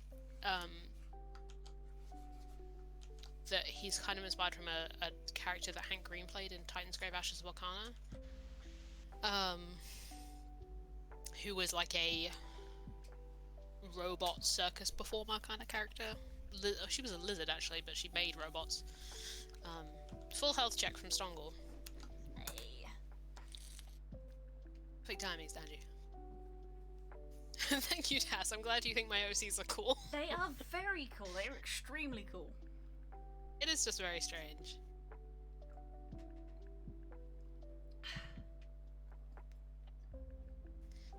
Yeah. No. I was just trying to make a character because I have a divination wizard, but she's like, I picture her in a very specific kind of setting, which is not Eberron, because I don't know anything about Eberron. Oh my god, Naren, did I find a piece of lore you didn't know? I'm taking that as a win.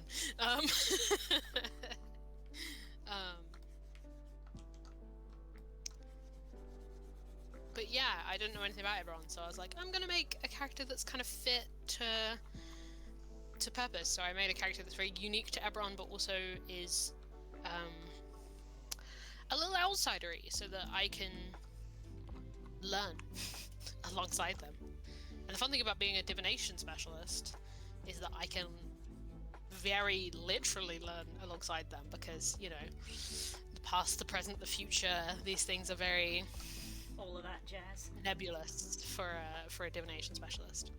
He's also like, in terms of just how he uses his divination, he's very different. Because like Cassandra, my other divination wizard in my back burner, she's very like your traditional seer kind of character, you know. She manipulates the threads of fate to try and get to a certain future. Like that's very much her. Kid almost uses his divination very like practically. Like he uses it to find things and help people to some extent. Not in like a super heroic way, he's a little bit too isolated for that, but he uses it very day to day rather than like big picture thinking about the future of the world, you know. Is interesting. It's very different. He doesn't seem like a divination wizard, which is part of why I think it's so much fun. Because it definitely feels like a character who is kind of fully formed, but also happens to have the gift of prophecy. Like he just has this gift that he doesn't quite know how to fully utilize, and so he's just a bit of a disaster. He's trying to learn, but he's not. You know, he has a gift, not an immense wealth of understanding and practical knowledge.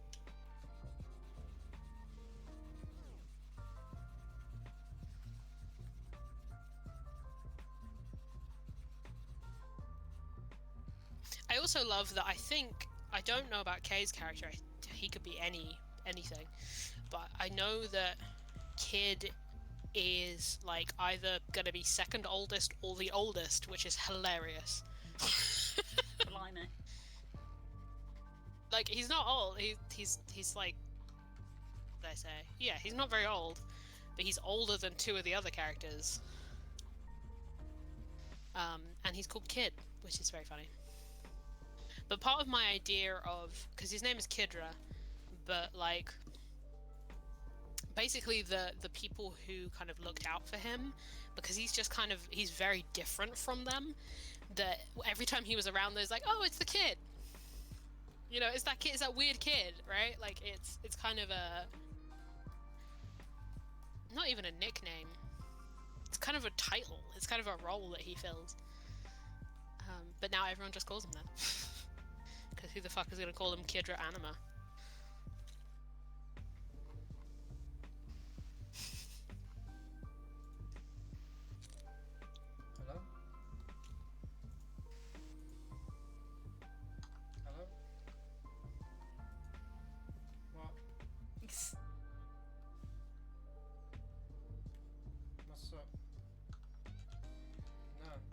Now you get half a phone conversation.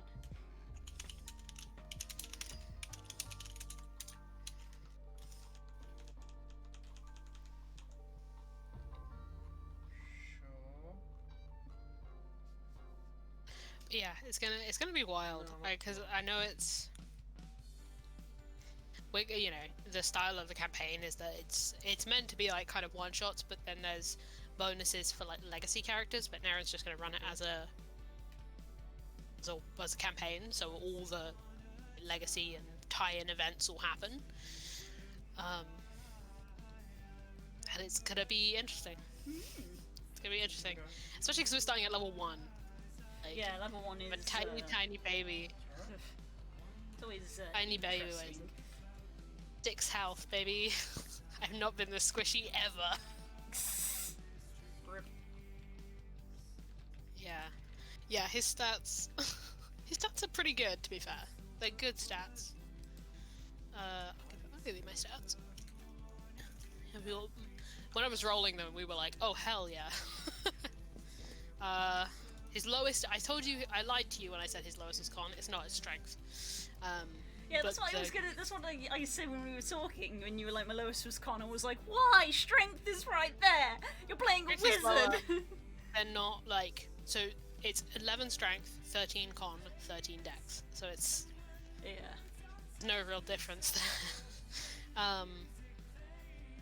16 wisdom, 17 charisma, and 17 int. If you've got 13 con, then you should have more than 6 health.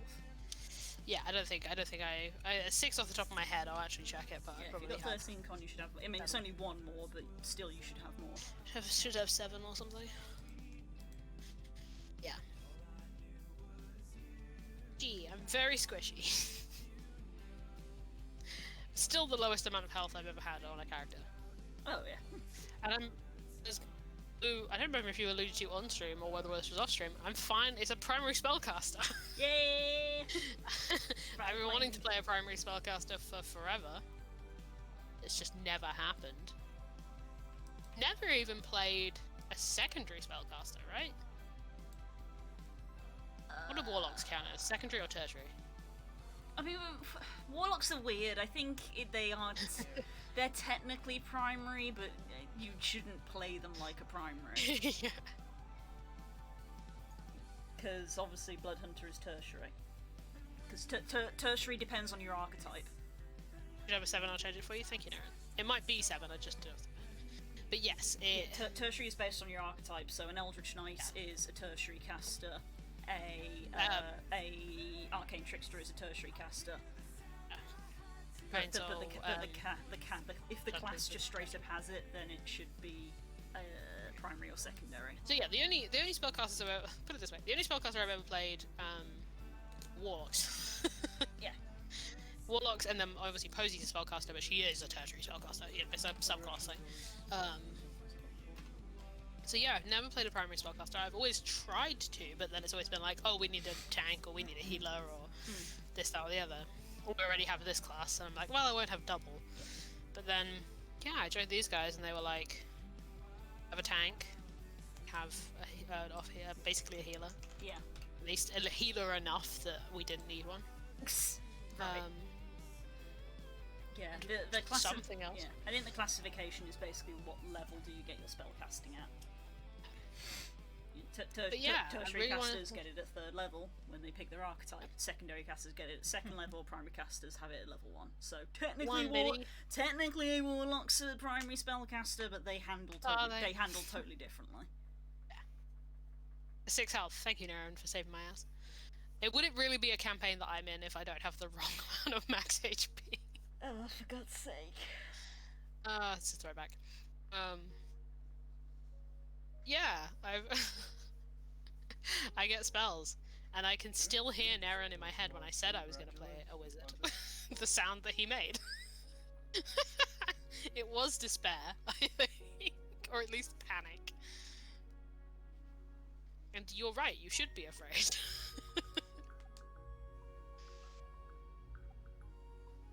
I'm a menace without spells. Yeah.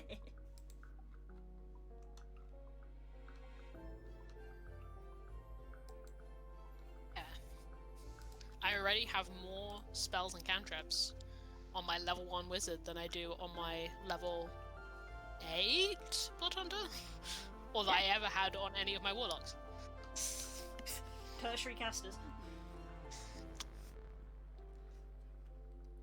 Yeah, going from playing a primary caster like a sorcerer to playing a warlock is an experience. Yeah. I can imagine, yeah. It's like having whiplash. It's like, how are these things classified as the same? They're The not. same thing. They're not Sorcerers even are like the remotely most. similar. I would argue sorcerers are like the most high level caster, because not only can you the most caster of casters, because not only do you have a massive spell list, but also you can literally alter how those spells function. Yeah. Which is insane. I'm only off for the one. It's gonna be great. It's gonna be a good time. My good week haven't started just yet. Yeah, it's gonna be a weird party. But I'm okay with that. We like weird parties. But yeah, I'm gonna wrap a little bit more about Kid's backstory. It's not super convoluted, because a lot of his present tense is very convoluted, so I don't need to do a lot of work there. I've got like a visual. That's the thing I had with Kid was kind of reverse engineering him, because I had a really strong visual of him, but I didn't have a lot of like what. And it took me a long time to work out what race I wanted to play, because I knew I kind of wanted to play a divination wizard, but I had no idea what race I wanted to play. So I looked at everyone. I was like, I don't know what this one is. I know what these other ones are, but I don't know what this is. What is this? And I looked at it and I was like, I can do something with this.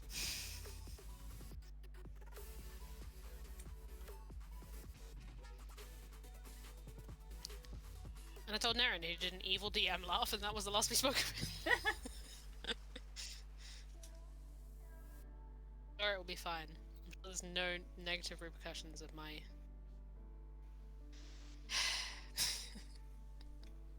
my character who famously does not have good insight.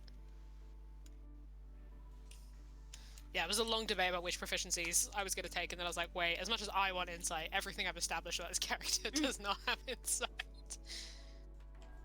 It's always the problem, isn't it? It's like, I want insight because I'm a very paranoid player, especially when it comes to RP. I want to make insight checks and perception checks all the time, but I'm playing a character that is finally smart, but isn't very, self-aware. That's my payment. I could finally play a book-smart character, but I couldn't also play a book-smart character who was self-aware. So really, your lowest stat That would should have truly been be asking wisdom. too much. Yeah, well, the thing is, there's not much. I mean, it's all +0, +1, and then +3. So, like, it's not... Yeah. And I think, if I recall, I did give him low wisdom. Yeah, his wisdom is lower. Yeah. He got a boost to his wisdom. He got +2 to his wisdom. I gave him low wisdom, but he got boosted up to a 16. Oh, right. Dash get a +2 wisdom. So I did try. Lowest is int at 11. Opposite. And let me guess, Dash, your highest is strength? Yeah, your highest is strength. We have opposite stats. Brilliant. My Love highest, the dynamic. joint highest is int and charisma, but again, his int was higher, but his charisma got boosted up to 17. Because of racial benefits. Yeah, they get +2 to wisdom and +1 to charisma.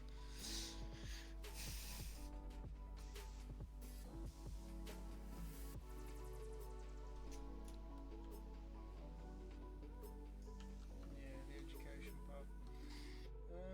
Yeah, the rest of it seems pretty good. The only one I'm looking at is the outcomes bit. Succeeded at the improvement of at the time used solutions in ramp automation. That's a bit of a method. Yeah, succeeded at the improvement of at the time used solutions in ramp automation. There's a sentence in Right. there. That rings a I need a few specific type of music. the vibe I'm Are you saying? thinking Are you saying that you need an English major? I mean, this is Stanji's CV. Oh. So maybe it might be, yeah. Yeah. Girls is welcome to read his CV if she's up for it. She gave a symbol. You're being volunteered for proofreading again. I hope you don't mind. You are allowed to say no. of. It's fine. You're allowed Genuinely to. You're allowed to say no. Look at that smile. She likes to show off. She's like, yeah, I got a degree. Fuck you for being right. I got more degrees than a fucking protractor. Show me that shit. I hate you so much. Well done, Stanji. Yeah, if he gets this job, he gets more money, stable job, better responsibilities and all that shit. And a car. Car.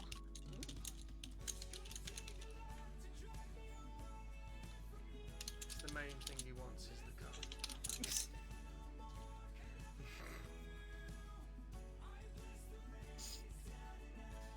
Okay.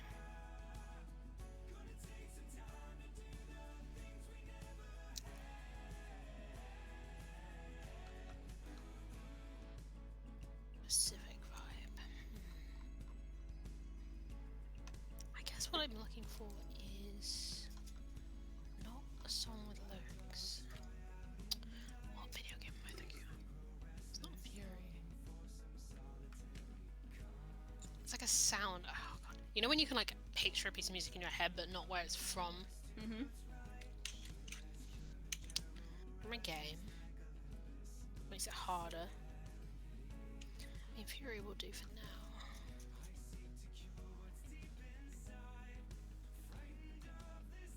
Oh, it's gonna drive me insane. I can hear it. I can literally hear it, even though I'm listening to other music. Coles is going to actually see the level of intelligence you're supposed to have. She's going to... Yeah. She's going to look over and be like, he's qualified to do things? In theory, we all are. This Muppet who says that his IQ was 44 and was proud. Be right back. Happened on the stream, people. A man who had 2 goes at spelling the word car and failed both times. Please tell me you're joking.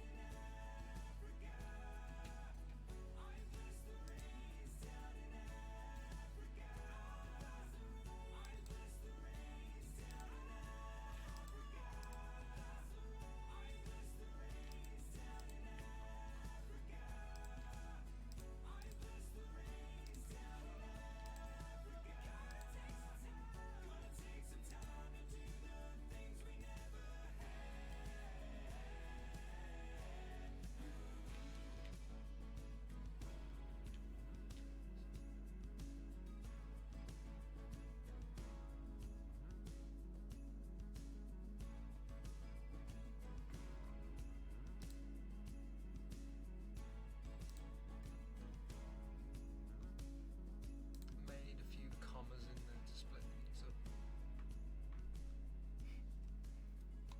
Similar to how like D&D does it, so if I was gonna type it, I'd probably do it like this.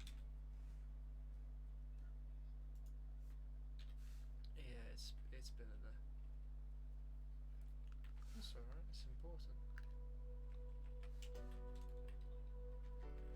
Yeah, I want a Bentley.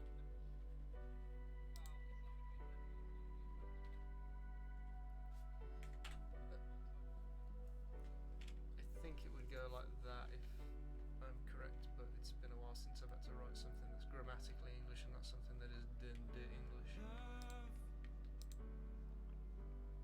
Because I know they do bastardize it somewhat, because they are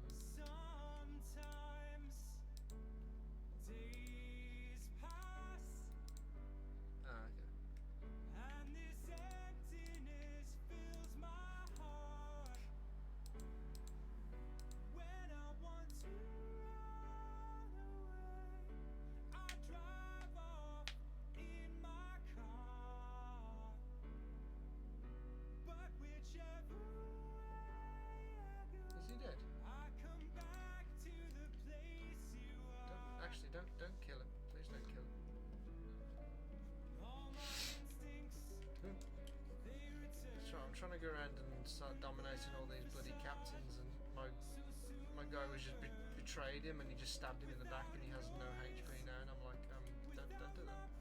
Yeah. It was good, Dice. Excited to get into these characters. No, I might have accidentally blown him up. As you do. As you do.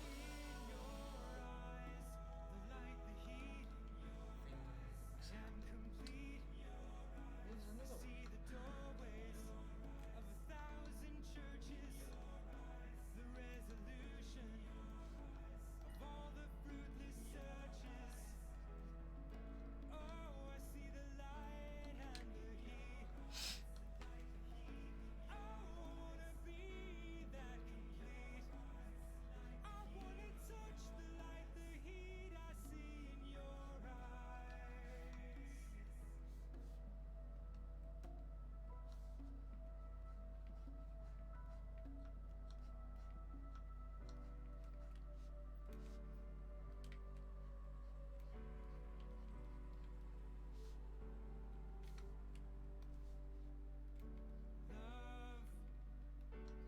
I've not had to like tab back and forth between something I'm writing and lore so much in a very long time. It's like, wait, what the fuck am I talking about again?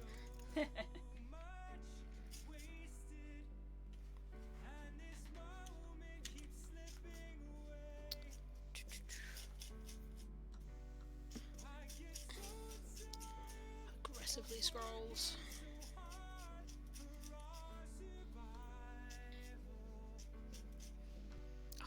This section of this book is really irritating to access because it's like right at the like it's a massive section and it's like right, it's not the last one, but it's like the second to last bit of it, so it's like it's not convenient to tab there from anywhere. Right. Someone did not think about this.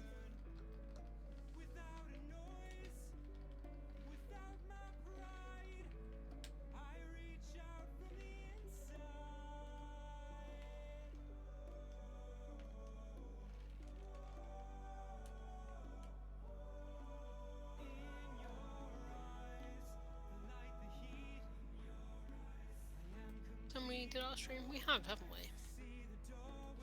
I don't remember if we've talked about it. I don't think we have. The beginning of what you cut out, I don't know what you talked about. What? Sorry. Oh, we've played Plight Princess since the last time we did an art stream, correct? Oh god, yeah. I was gonna say, I was Yeah, like, we actually played last week. we haven't talked about it. I think because it was we did a lot of combat, which is fine by me. I was in the mood for combat actually.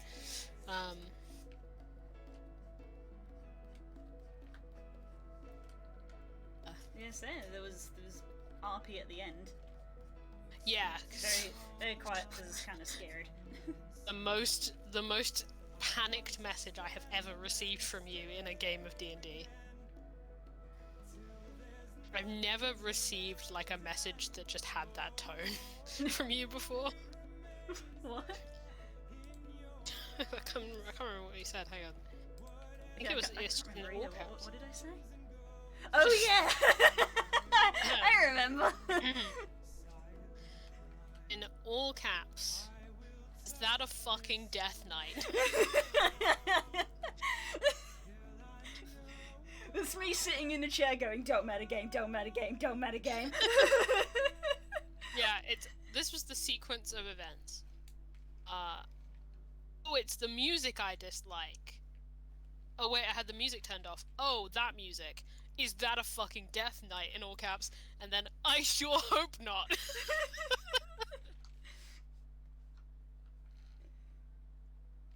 And I have no reference for these things.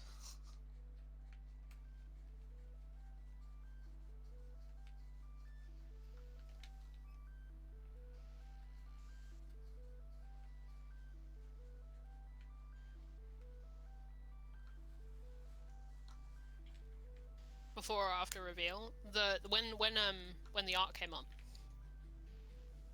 I seem to recall receiving that message. Which means very little to me or to Posey. But yeah, I tried to channel my Kika energy. very, very much. I was like, anything to be a friend. I was so touched to hear you say that. There's probably a moment on the video on the VOD where I'll just randomly like look at something on my screen and I'll just be like, Just oh. clutch your chest. Like in the middle of this really intense conversation, I'll just be like, oh. Yeah. It's the truth, though. That You is. don't know what a Death Knight is. Well, I know what a Death Knight is. Like, I have an understanding, but like, I wouldn't recognize one.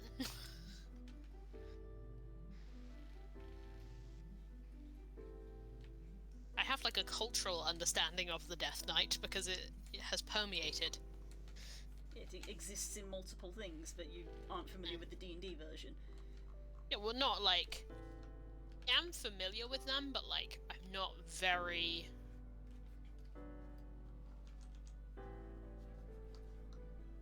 Specific, detailed. Like, you saying is that a fucking Death Knight is enough for me to be like, oh fuck, you know. Yeah, if Lich is a wizard, Death Knight of Paladins, like I understand that.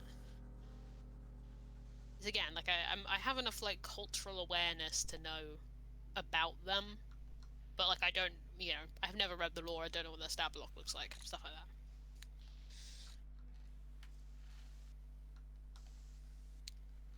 And I wouldn't recognize art of one. Write that down. Write that down.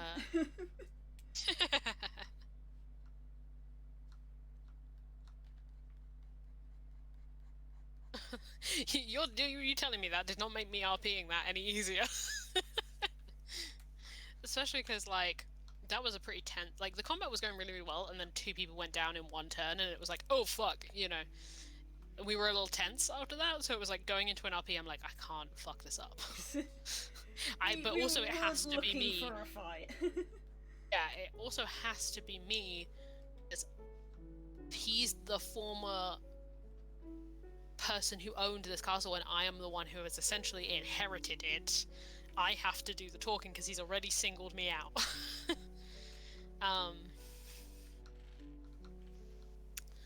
Yeah, and it went really well because Posy's a good egg. Yeah. And you know, he wants to make this place into a sanctuary for people who don't have anywhere to go, and that includes him. And also, maybe we have a Death Knight to kill the Gith. It's useful. Expertise persuasion. Do you know what's funny about that? I realized this after the session. I got the You got expertise that persuasion from from the the card deck. that gave me this castle. I knew that. When you said like expertise persuasion, I was like, oh yeah, you got that from the thing. The card that gave me the castle, yeah, not even the other one. Because Bloodhunters don't get expertise in anything. I have 2 expertise now. Yes. I have expertise in persuasion, and another skill that I got with the feat we got from the level up.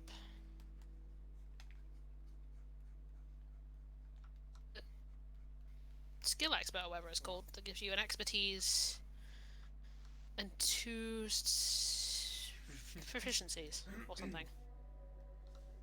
It's from Tasha's. Just like, do you want like a couple of your skills to be better, basically? Yeah, which is nice.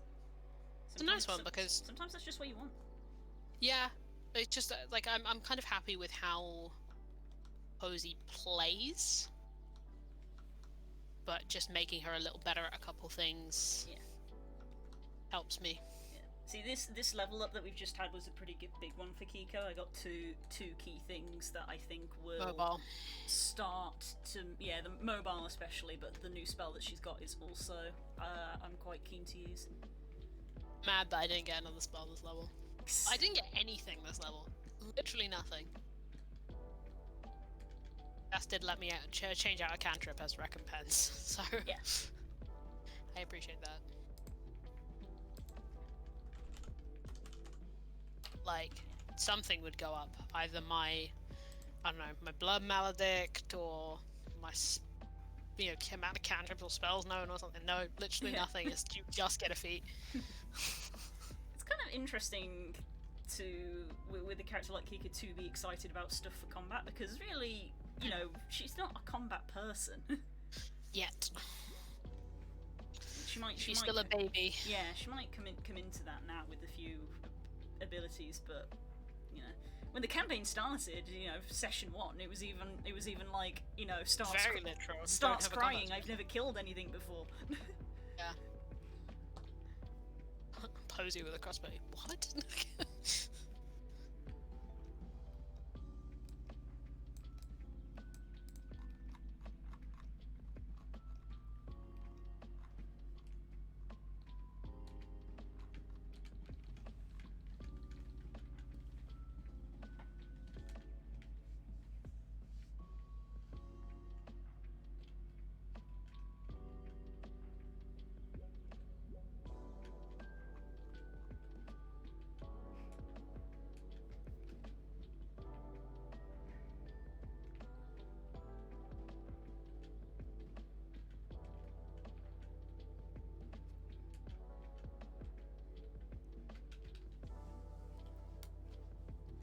It's I a have while this away, cast. but as Das knows, I am excited for 5th level spells, because there's one that I really want to take. And it has wondrous RP potential. Oh, hell yes. So there's some fucking. I've been looking at. I've been thinking a lot about various characters, both now Kid, but also for that Pyre and Cassandra. And every time I look at 5th level spells, I'm like, fuck. That's just crazy. And that's going to be the next Good level up. 5th level spells. It's going to be the next level up for me. Is it? I think. I never get above like 3rd level spells. I think, 8th level is V, if you've not multiclassed. And Not yet. 9th is 5th level.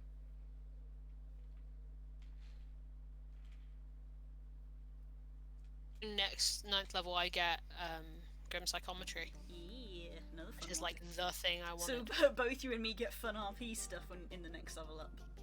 Because the spell I want to take is purely Fun. an RP. It's not an offensive thing. It is purely an RP focus spell. And I can't But I want remember, it. but I think. I don't remember. I think it might be after 9th where I'm like, if I'm gonna dip into Rogue for 3 levels, I'll do it then. Because after that point, there's kind of not much I'm excited about. Lolon. Hello. But it depends. It depends on a bunch of stuff.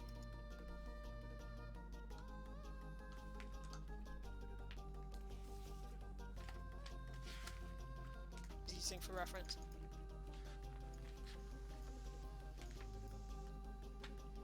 Dun.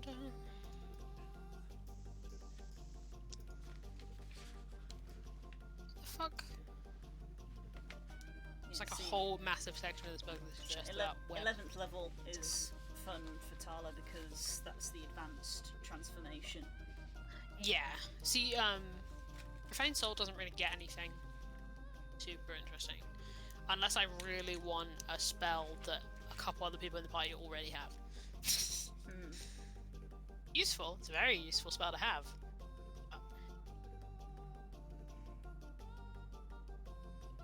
Yeah, the 11th You're level looking for thing is sewer the income. 11th level thing is cool, but I don't think it's of use to you. Because it's basically enhancing your spells, and you do use them, Yeah. but not in that way. Not really. It enhances your saving throws, and you don't really use saving throws. The things I use with saving throws are Blood Maledics. Yeah. And I don't think that affects your Blood Maledict, that's just spells, so It's no, just for that's, your that's spells. not as useful for you, I would agree. I might, not to the terrible joke, but I might sneak out and get 3 levels of Rogue. Hey, However many levels of Rogue. that's the thing, Rogue is such a good class that everybody just wants to dip in it. Yeah. Which is why playing the Mono Rogue was so strong, it's just like, oh my god, this class. Yeah. This class! Like, Posey and sneak attack damage. Just saying. Yes, I have a new character. It's not who I'm talking about right now, I'm talking about Posey. But yes, I have a new character. His name is Kid, and he's a... I always have to look at the name of the race to set. Kalistar Divination Wizard Yeah. for an Eberron It's not the campaign. end of the world, but it will be nice. Very strange. I'm very proud of him. I'm writing his backstory right now. I'm writing it in his voice too, and his voice is very funny to write.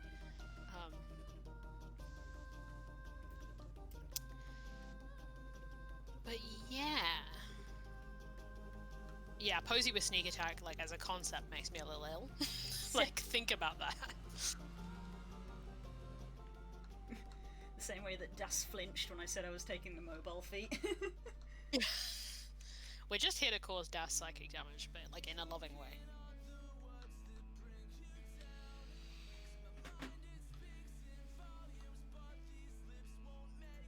He has this Thing fun I was looking emotionally at, it's- tormenting he's us, doing so we this. have to take out our frustrations by beating the crap Oh, yeah. out of encounters. Like, I'm just saying, if Das doesn't want me to take 3 levels of Rogue, he can just... He knows what he has to do. He just has to pull the trigger. I mean, I'll put it out there, it is an optional rule, technically. DMs are allowed to say no.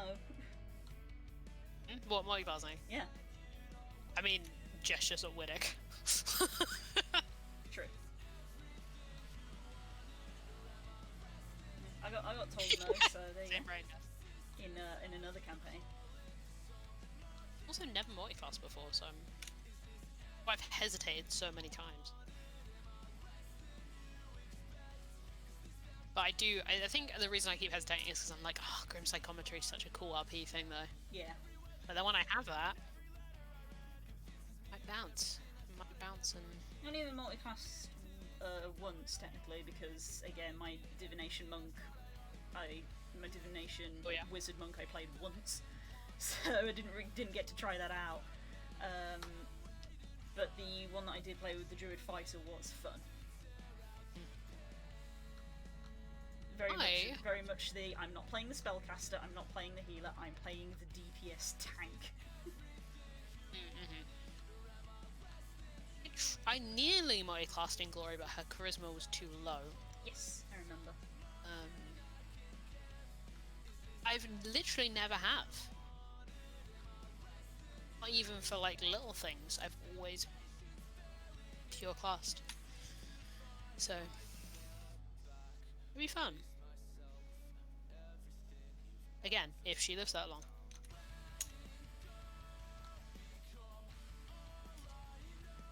And then if I do take 3 levels in Rogue, I do not know what subclass she would be. I have to work that out later. I think there's some practical answers and some fun answers, but they're very different answers. Something like that as well may well depend on what's going on in the story at the time. I was literally going to say, it depends on plot. Same thing, saying the same thing at the same time. Cluster! Yeah.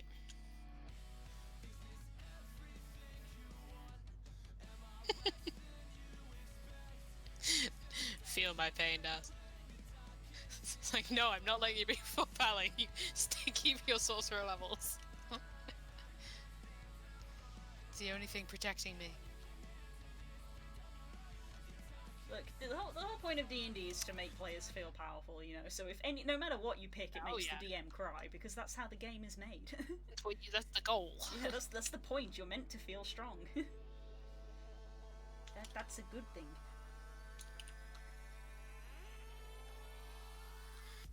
It makes my brain make the happy chemicals. Yeah.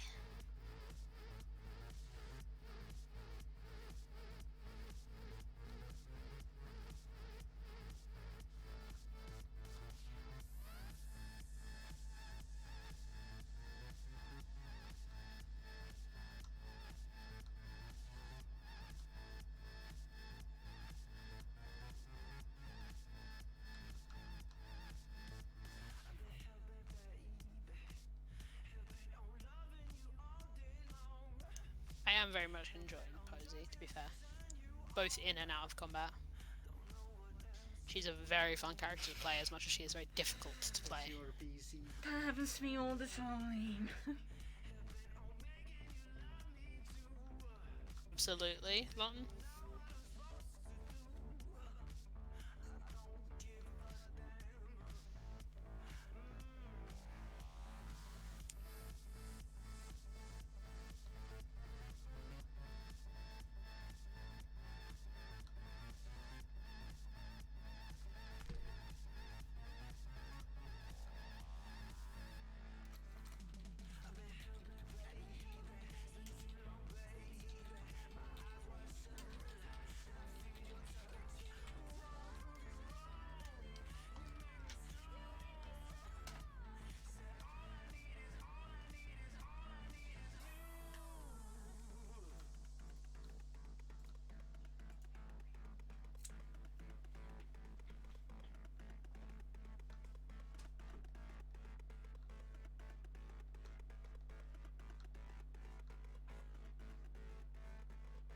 Oh boy.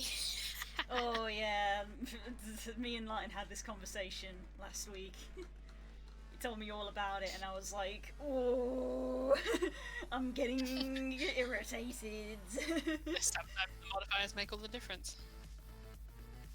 God knows. Oh god, what's like the one I think of? There have definitely been times when like Deception Insight has been like the rolls were the other way, but the modifiers pushed it that way.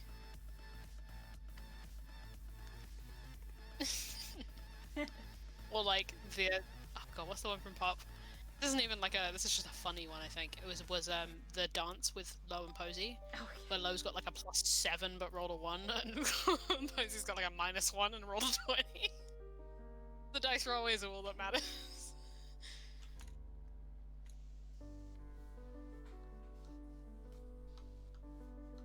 But yeah, sometimes modifiers. There's definitely been some insight and deception checks I've seen where the modifiers has made it go the other way. Hello. And there's the meme of it as well, of course. Oh, yeah. Someone who, you know, as someone who can't make a wisdom save to save her life. In some cases, quite literally.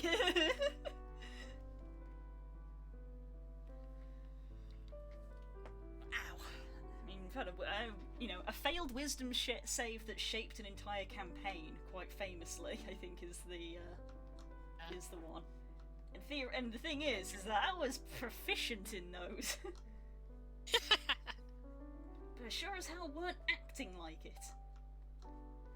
Was it? No, I wasn't proficient. No, they get int, not wisdom. But I had high wisdom. It's not that I wasn't wise. I just couldn't make the saves.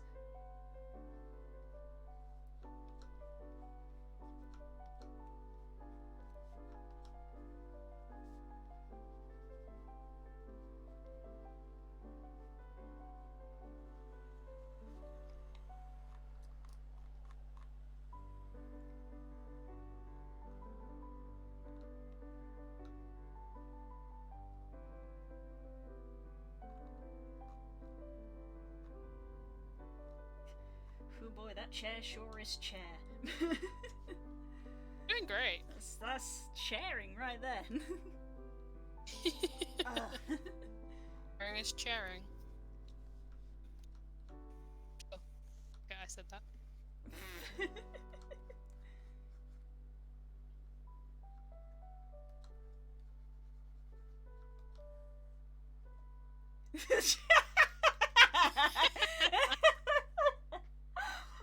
God. I keep wanting to make Critical Role chair jokes, but I don't know if you know that. I know that the chair is a meme, but I don't know why the chair is a meme. A chair is a meme in Campaign 2 for the same reason that the door of the chapel in Whitestone is a meme in Campaign 1. Great. The chair of chair is chair. Is chair. Is Is chair. God is chair.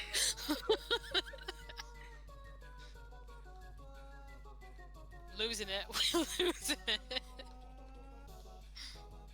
Tenros can't hear you. I am begging. I'm begging. It's Okot memes. Okot memes as John Mulaney quotes. Make it happen. Okot players.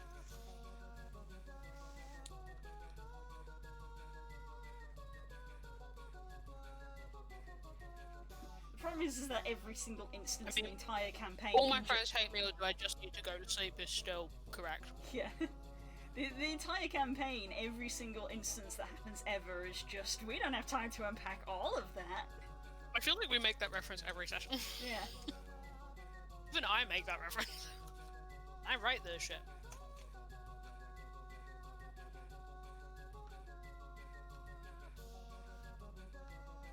Oh my god. I asked. Yes, I am very small and I have no money! Yep. That is hurry. I haven't even loaded the video, I just see what it's called.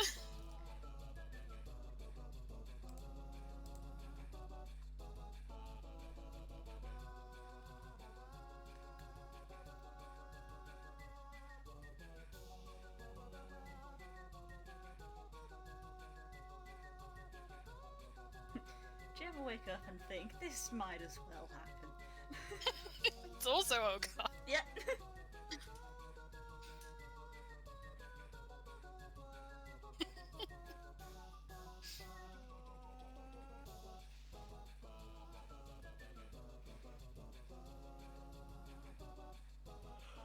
I feel like that entire bit about going to church could be memed with Thane. That entire section.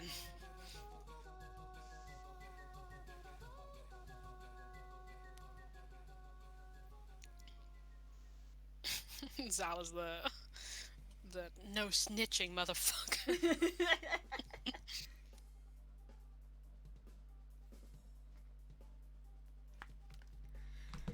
You are within To no one petting after those pitching. range.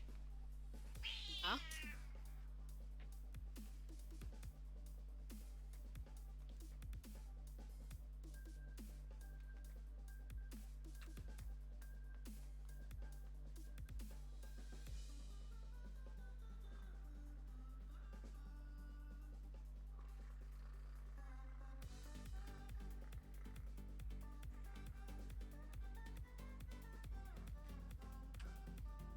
Sweet baby.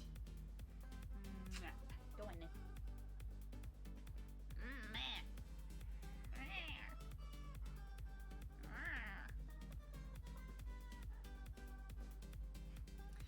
I'll have to show you when we're done, but I have a photo on my phone from today from where I was doing some work, but I'd been cuddling Pikachu.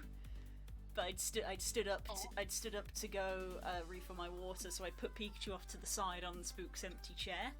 And when I came back, Sadie was sat on the desk, angrily looking at the Pikachu that was in the chair. I have been replaced. This is my chair! So I literally picked up the Pikachu, sat back down, and then took another photo of her back in the chair, just like, yes, this is my chair. Health check from Martin. Yeah. Yes, yes. Yes, lady, we've been health checked. Rages, I know.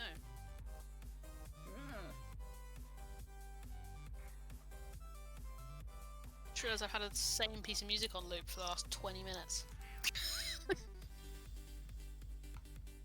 Because it's video game music, it's designed to be looped. I didn't even notice. Kay's listening to the Shadowbringers soundtrack. What a good idea. Oh, he comes on, I'm gonna rage quit. God. Deliberately listening to Lahi, which needs to be examined. Lahi. Lahi.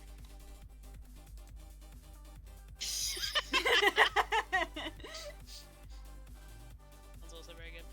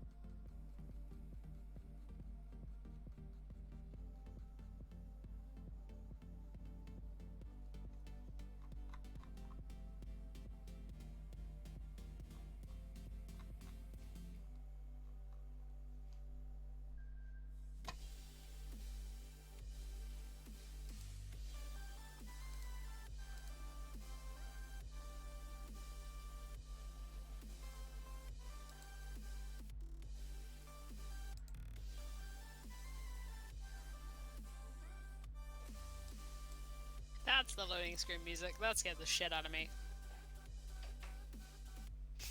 Tiny paws. So loud. Yes, this slaps. Take her with you. She likes to cuddle with the dad. Look how sad she is.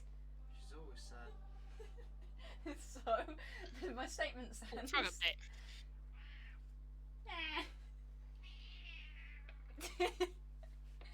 Hey! Bye Bye-bye, stream. Coming together. Hey y'all. She'll be back when she's had her fill. Ooh.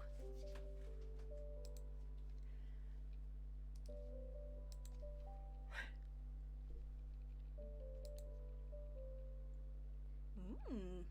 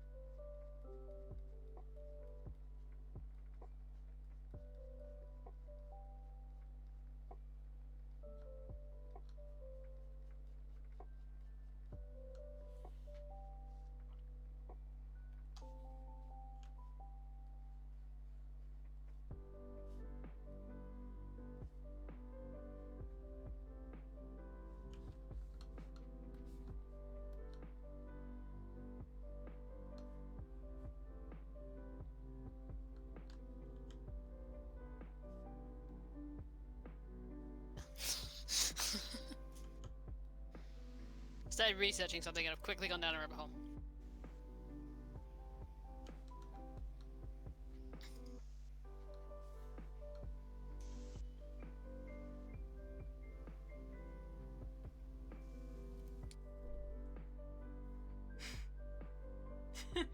Having fun, Stanley.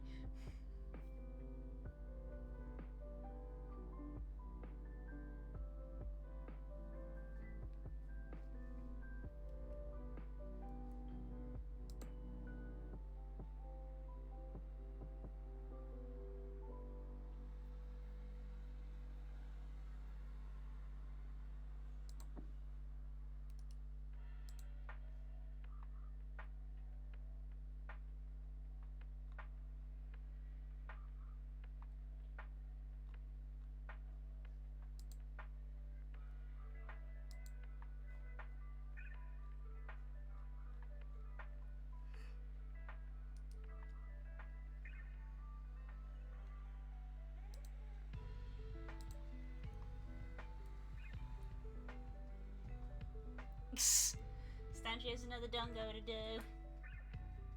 More dungos, more dungos. After He refuses to do them by himself. Huh? Walt? Dense Don't Claw, say. thank you for following. Hello. Oh, hello. Oh, Vault. Would recommend you not doing Vault on your own because it's probably in my top 5 at least. And I would very much like to be there if you're willing to have me. So Curls is dibs. I love Vault. Vault's a great dungeon.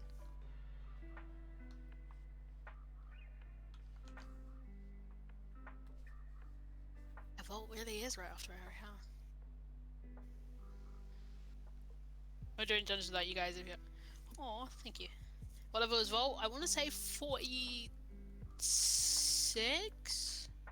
It's in the 40s. No, it's after 50. 56. Sorry. 57. Fuck. Ah. So close. But, yeah, I think my white mage is in level 60 now. 64. Bolt's a lot of fun. Good donker.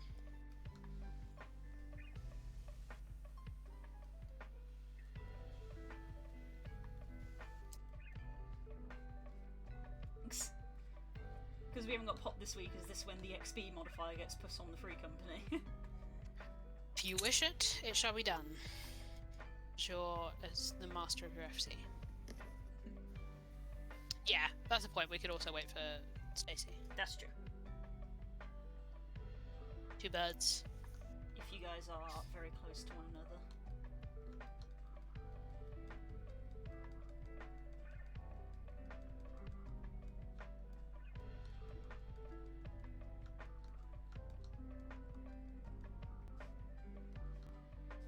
Right, you're going, Stanji. You're going to catch up to me.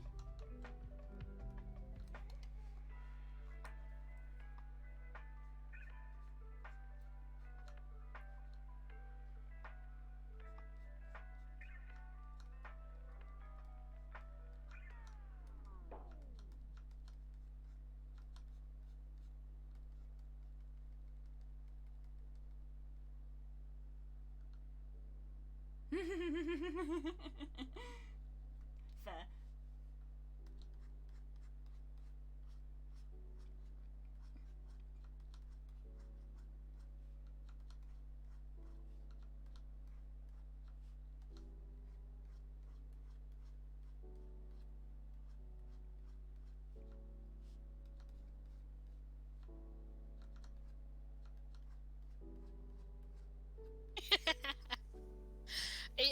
Look. I have no defense. I really dragged everyone down the void with me. Look, being friends with me is a hazard. No. Really is. No.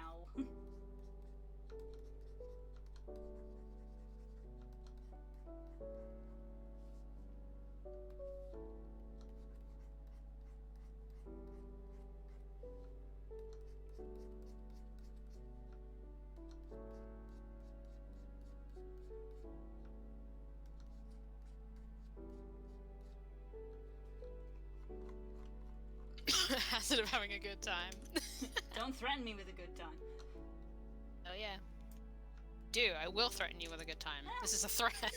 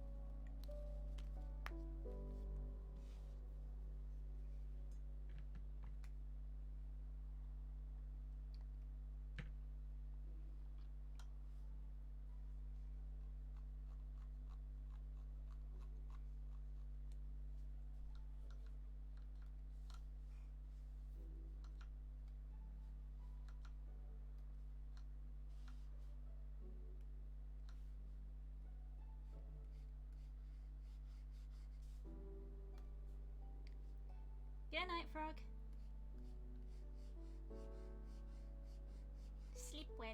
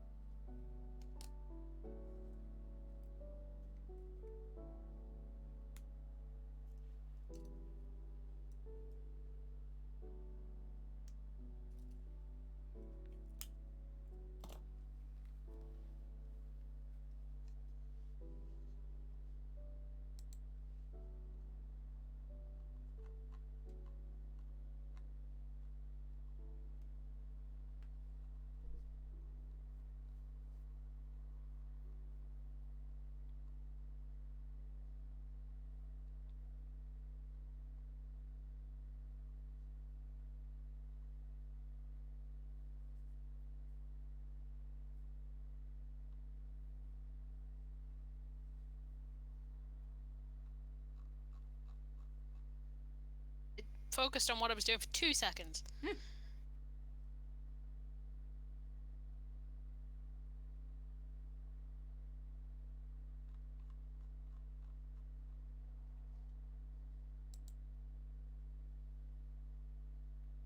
I've only written like a paragraph, and this is already some of the better character voice stuff I've ever done.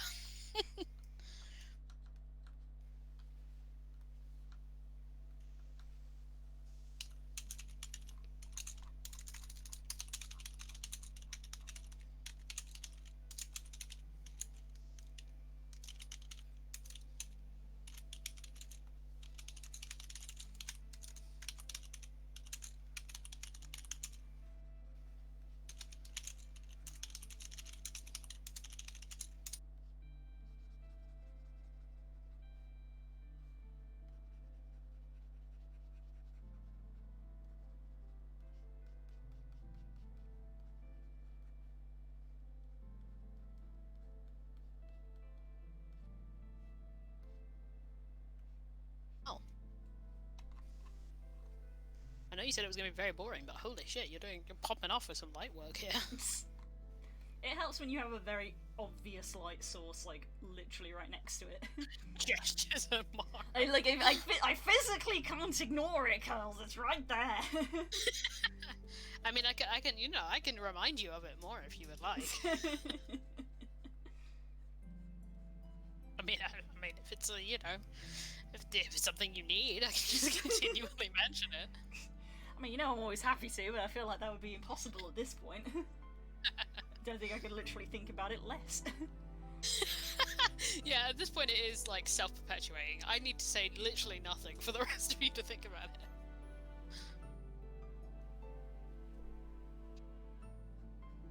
Cannot get over how well you've done that light though. I know you said it's very bright and obvious, but like, holy shit.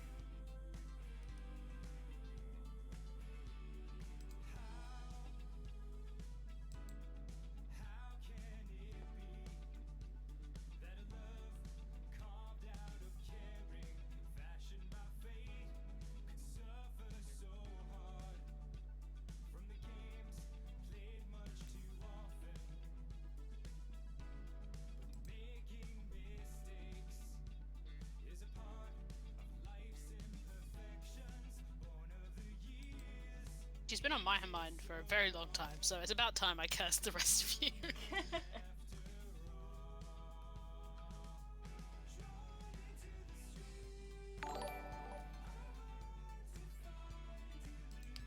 Dens, aw, thank you so much for subscribing. That's so sweet. Thank you so much. You guys, you know what you have to do. Yeah, woos. Ow! To that a woo. You gotta have that woo!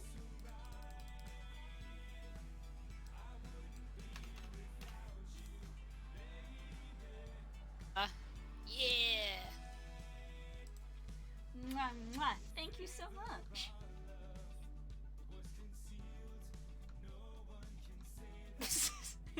Stanji language. I'm kidding.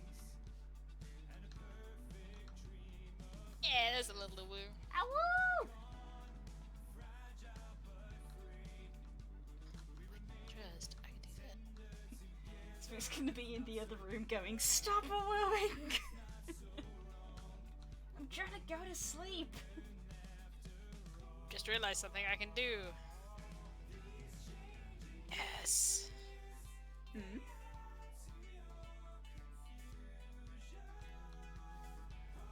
So.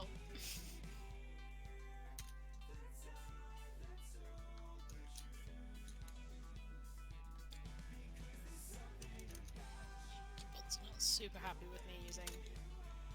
Yeah! Ow! As I could use points to get a single emote.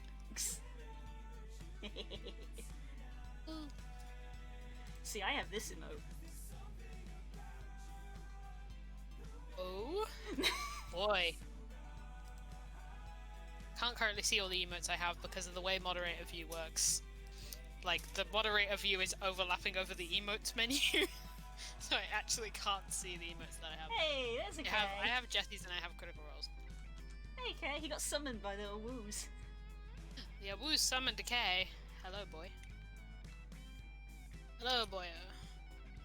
Yeah, I can see on Spotify that you were listening to Lahi willingly, and I would like to know if you're okay. Lahi?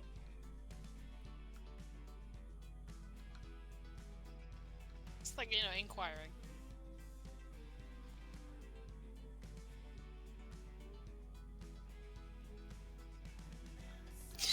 You listened to it twice. That's twice.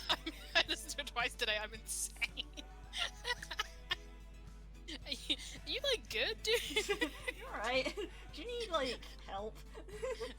Is there something we can do?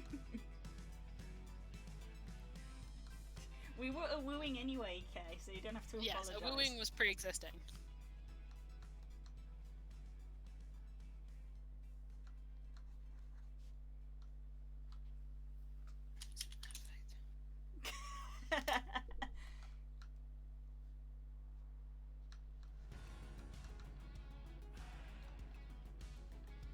First day back at work, does that answer your question? It does, actually. Ah.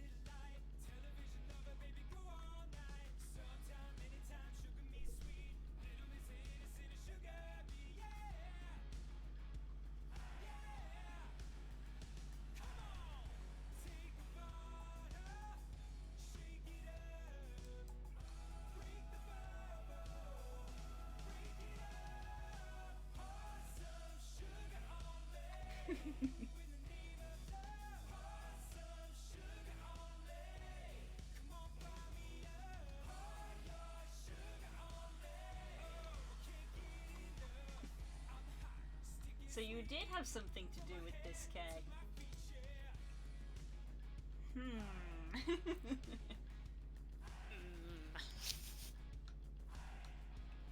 So many eye emojis. You ever write a sentence and then you read it back and you're like, sure. Mm-hmm. I once wrote an entire fic that was that. Yeah.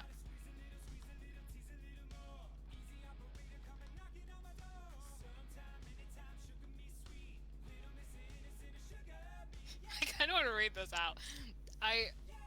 Okay, before I say this is nothing to do with my specific backstory. This is just a place that exists in Eberron that my character is talking about in this instance. I won't give any context for why my character is talking about it.